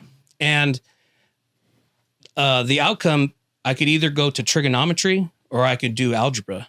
And then, so the way it worked was in trigonometry led to pre-cal, and then you had calculus 1, 2, 3, and then differential equations. And so Harvey, she starts talking to me and she's like, hey, what do you want to major in? I'm like, dude, I don't know anything about majors. She's like, well, what do you like to do? I was like, I like to work my hands and build stuff. She's like, all right, you're going to be an engineering major. And I was like, all right. She's like, well, with that said, trigonometry is one above algebra. She's like, I want to place you in trigonometry. And I remember thinking too, how bro, I was thinking like trigonometry, like how the do you even spell that? Yeah. You know what I mean? And I'm thinking to myself, like, she's going to put me in this class and I don't even know how to spell the damn class. When I got out to text my sister, I didn't even know how to spell it. I was just like, trigger, and good thing the autocorrect popped up and I was like, oh, okay, yeah, there it is. You know, because I didn't know how to spell it. And I'm thinking to myself, like, I'm going to go into this class. I don't know anything about college. I don't know what, bro, I don't know two about college. Okay. And then I remember I'm very much like, I can hype myself up. You know what I mean? Like I'm the kind of guy that I can like look in the mirror and be like, you got this. Like, you ready? You know, like, and then boom, I'm gone, you know? And so I remember doing that for this class and I killed the class, bro. Wow. Annihilated it. Just a natural at it. At math. Yeah, I want to say so. Yeah, yes and no. Because I don't want to like discredit the hours I put in and the hard work. You know what I mean? Definitely. But some people just have a propensity for it. Like doesn't matter how many hours I spend, like I can't even pass algebra for real. I'm just not that brained on the other side. Yeah. Well, for me, I can. Yeah. I could see the patterns and the rhythm, you know? And at that time, like I said, I didn't know and so I didn't even know about Rate My Professor. You know, Rate My Professor, you can go on there and see what people have said about the professor, you know, harsh grader, you know, boring lecture, whatever, right? Yeah. And the math professor that I chose was the hardest math professor. She was like feared at Fresno City, right? Miss Wen. And she was like, bro, but it was what I liked the discipline. I liked how strict she was, you know? Wow. And she was the one, as a matter of fact, that told me at the end of, now, mind you, I've had laser removal.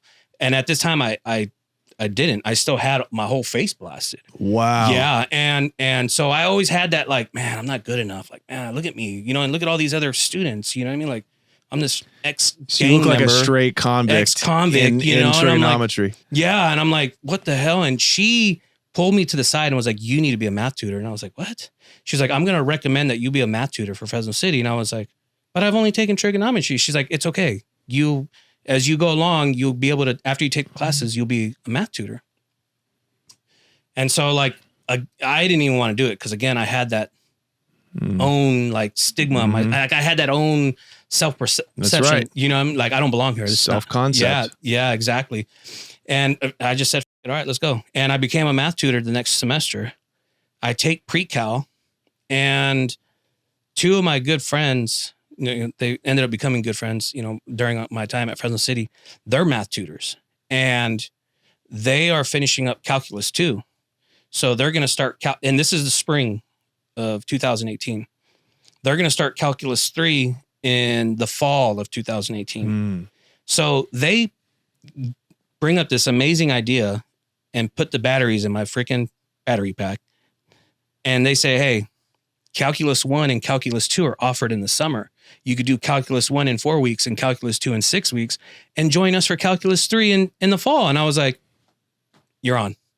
And so I did it. I got A's in both classes. Calculus 2, I had a big bone to pick with the teacher. Because my first day of class, he's reading off names and he says my name and I'm like, yeah, here, you know, and he kind of looks at me like, what the, you know, and that was all I needed. I was like, oh, okay. I got you, bro. I got you. Watch what I do to your exams. You know, there's some times where like he put an extra credit question and I would get like 113% on the exam or 104%. Wow.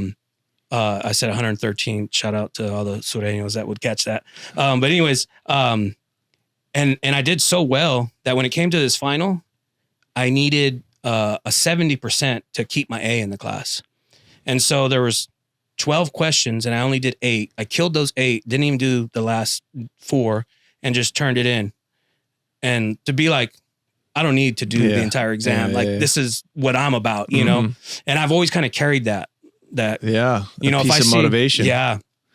Like if professors, you know, kind of doubt me or if other students are kind of like, yo, what are you doing here? I'm like, oh, watch, you know? And so I ended up doing calculus 3 in the fall, got an A in that as well, did differential equations, the following spring after that, I got an A in that as well. And so once I, completed all those courses, I was then a tutor. I tutored calculus. And then you differential got equations. basically straight A's. You got great marks. Mm-hmm. How does that lead to Stanford? Man, so I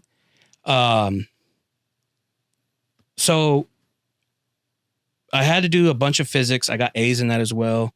Chemistry. I did some computer science, some engineering courses. Very minimal, like gen ed, because I was an engineering major. My GPA, I think, was like a 3.9 or something. And I wasn't even going to apply to Stanford. I wasn't really going to apply to a lot of schools that I did.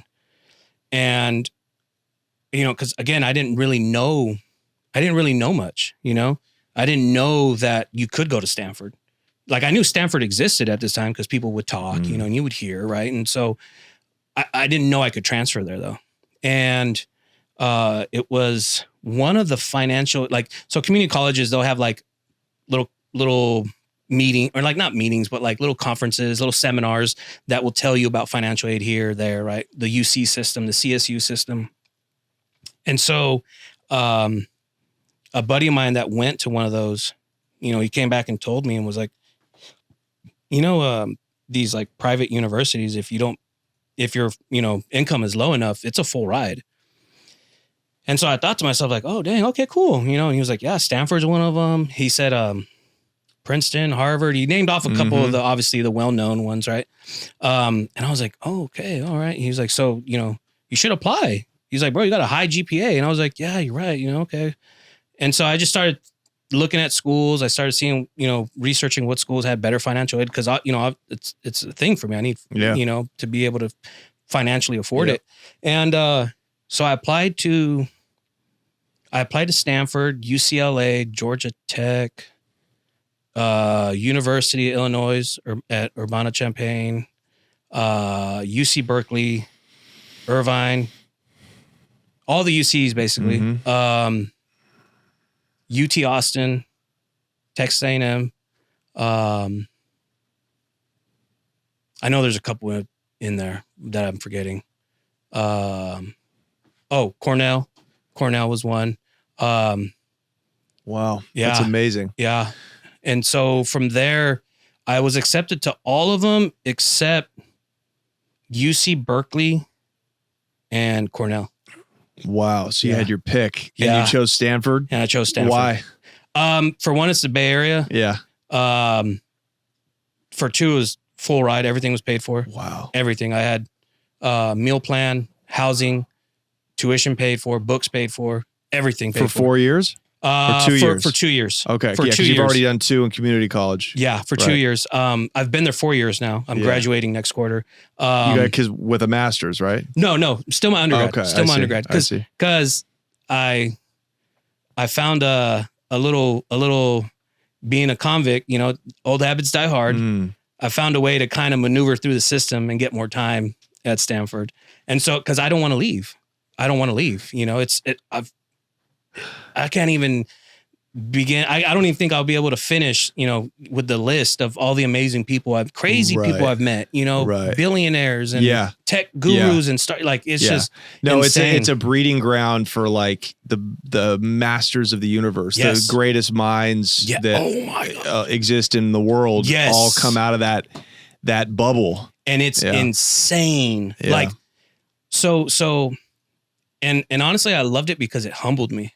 Yeah. It humbled me. Like I didn't think I was like, big shit or anything, but I felt good. Like I was like, man, bro, I've accomplished something. Of course, something. you should.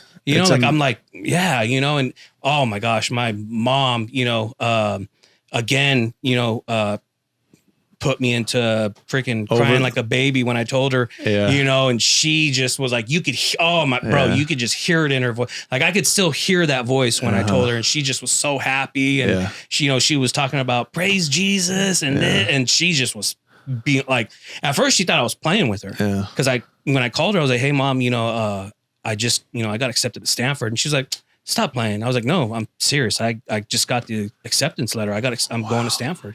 And she just, boom, Yeah. And so, And on a so full that was ride. just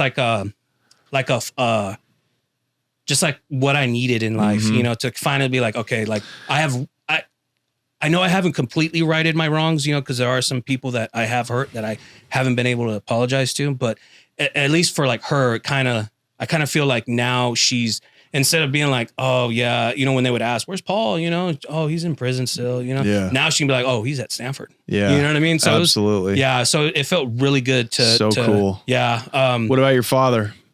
Bro, he doesn't know anything about college. So when I told him, he was kind of like, oh, okay, you know, cool. Yeah. Because he doesn't, you know, he in Mexico, he dropped out in the 6th grade, you know, to help feed his family, you know.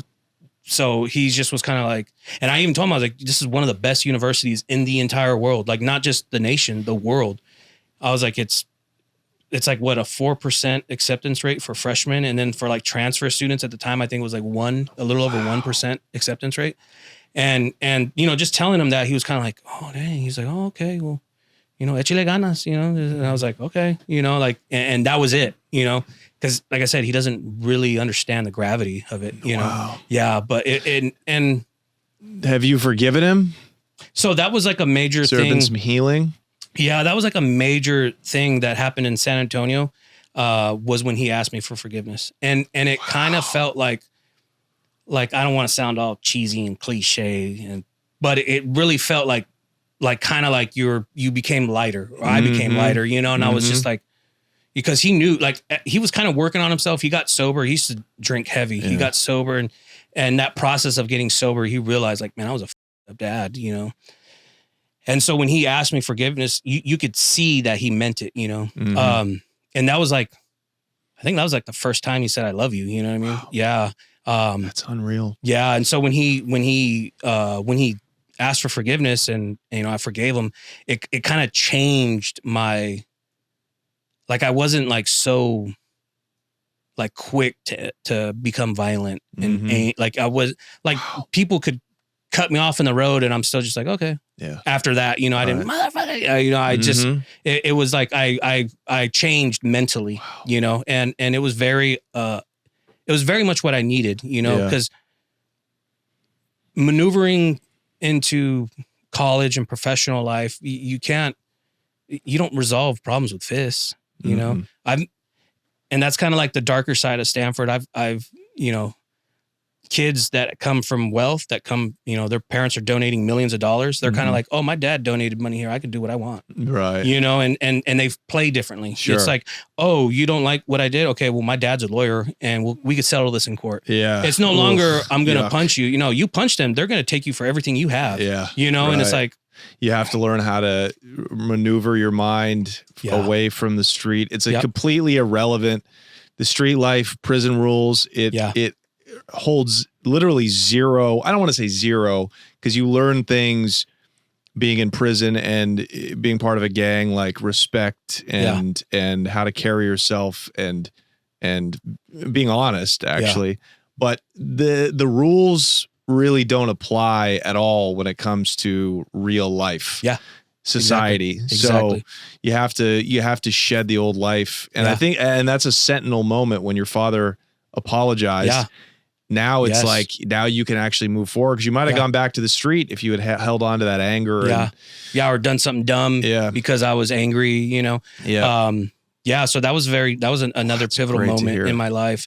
So now, because we're going to switch over to the Patreon and just talk a little bit more because I want to hear about your journey through Stanford.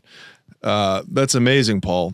You have a job. You're graduating. You're about to graduate. I think this semester. Yeah.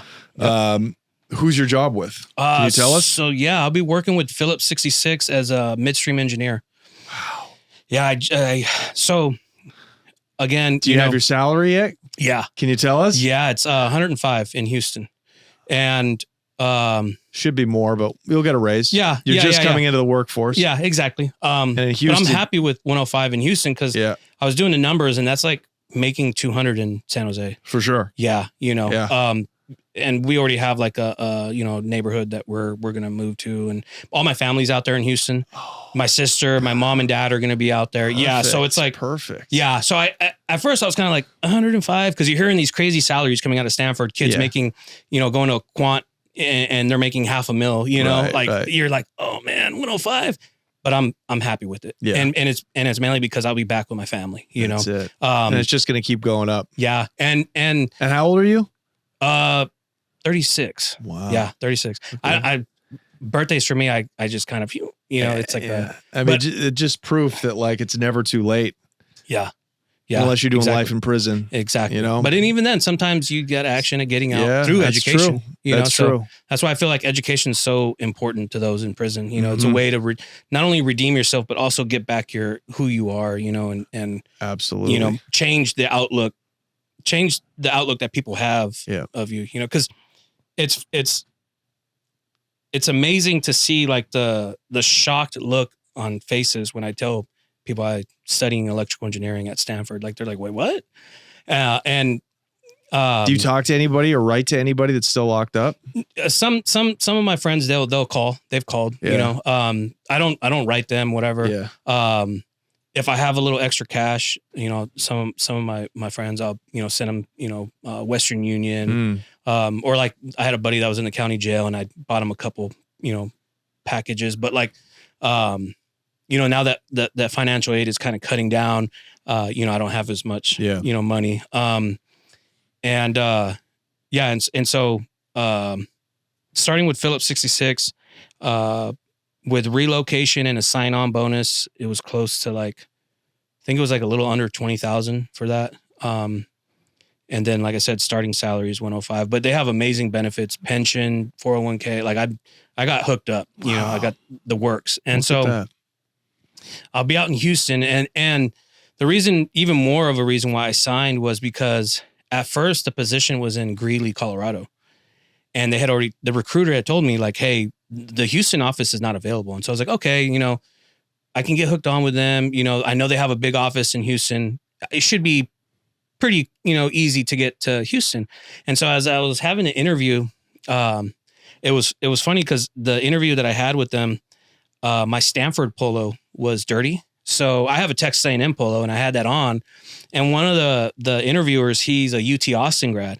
And he looks, he's like, oh man, A&M, huh? And I was like, oh, you graduated from UT Austin, huh? I was like, you're a Longhorn, huh? He was like, yeah. I was like, hey bro, like, don't use this against me. Like, you know what I mean? Like, I go to Stanford, but I like Aggie football, And so we just started shooting the shit. And amazing interview. Went amazing, right? So good that the next week the recruiter called and was like, hey, I know we told you Houston's unavailable, but they did something and they made a position available in Houston. Yeah. Just because they liked you. Yeah. And being liked is almost always more important than being good. Yeah. Yeah. As a matter of fact, I have a friend that is at Stanford as well. He was, before college, he was a Green Beret and he got a job at NVIDIA because the interviewer was like asking him questions from like his kicker days and just was like so intrigued. That's it. And bam, he had a job. Yeah. Be personable, man. It'll take you a long way. Exactly. Paul, thank you so much, man. Congratulations on all your success. Thank you. I hope this inspires. It's the reason I had you on. You don't have anything to plug. You didn't write a book. Yeah. Well, that's in the works. A book? The book's in the works. Book's in the works. So, but on the whole, you just wanted to come here to tell your story. And I feel like this is going to help somebody watching or listening. Yes. It's going to motivate them. Yep. This is America, for God's sakes. Yeah. You can get out and, turn your life around. Yes. Especially nowadays. Like we forgive people's past now and the attitudes towards incarceration, towards drugs. It's the most liberal time that's ever been in the history of the country. Yep. So let this be a lesson to somebody out there that thinks like they can't do it. Maybe it's not going to be engineering, but there will be another path for you. Yeah. So thank you so much. I really thank you. Appreciate it, buddy. Yeah. Thank you. All right. And we're going to switch over now just to chat a little bit more on Patreon, patreon.com/The Connect Show. Paul Calvo, everybody. Congratulations. He's not a duck, but we'll let that slide, dude. My alma mater, University of Oregon, dude. They didn't put out a lot of engineers, just podcasters. Yeah. All right, see you later, guys. Take care.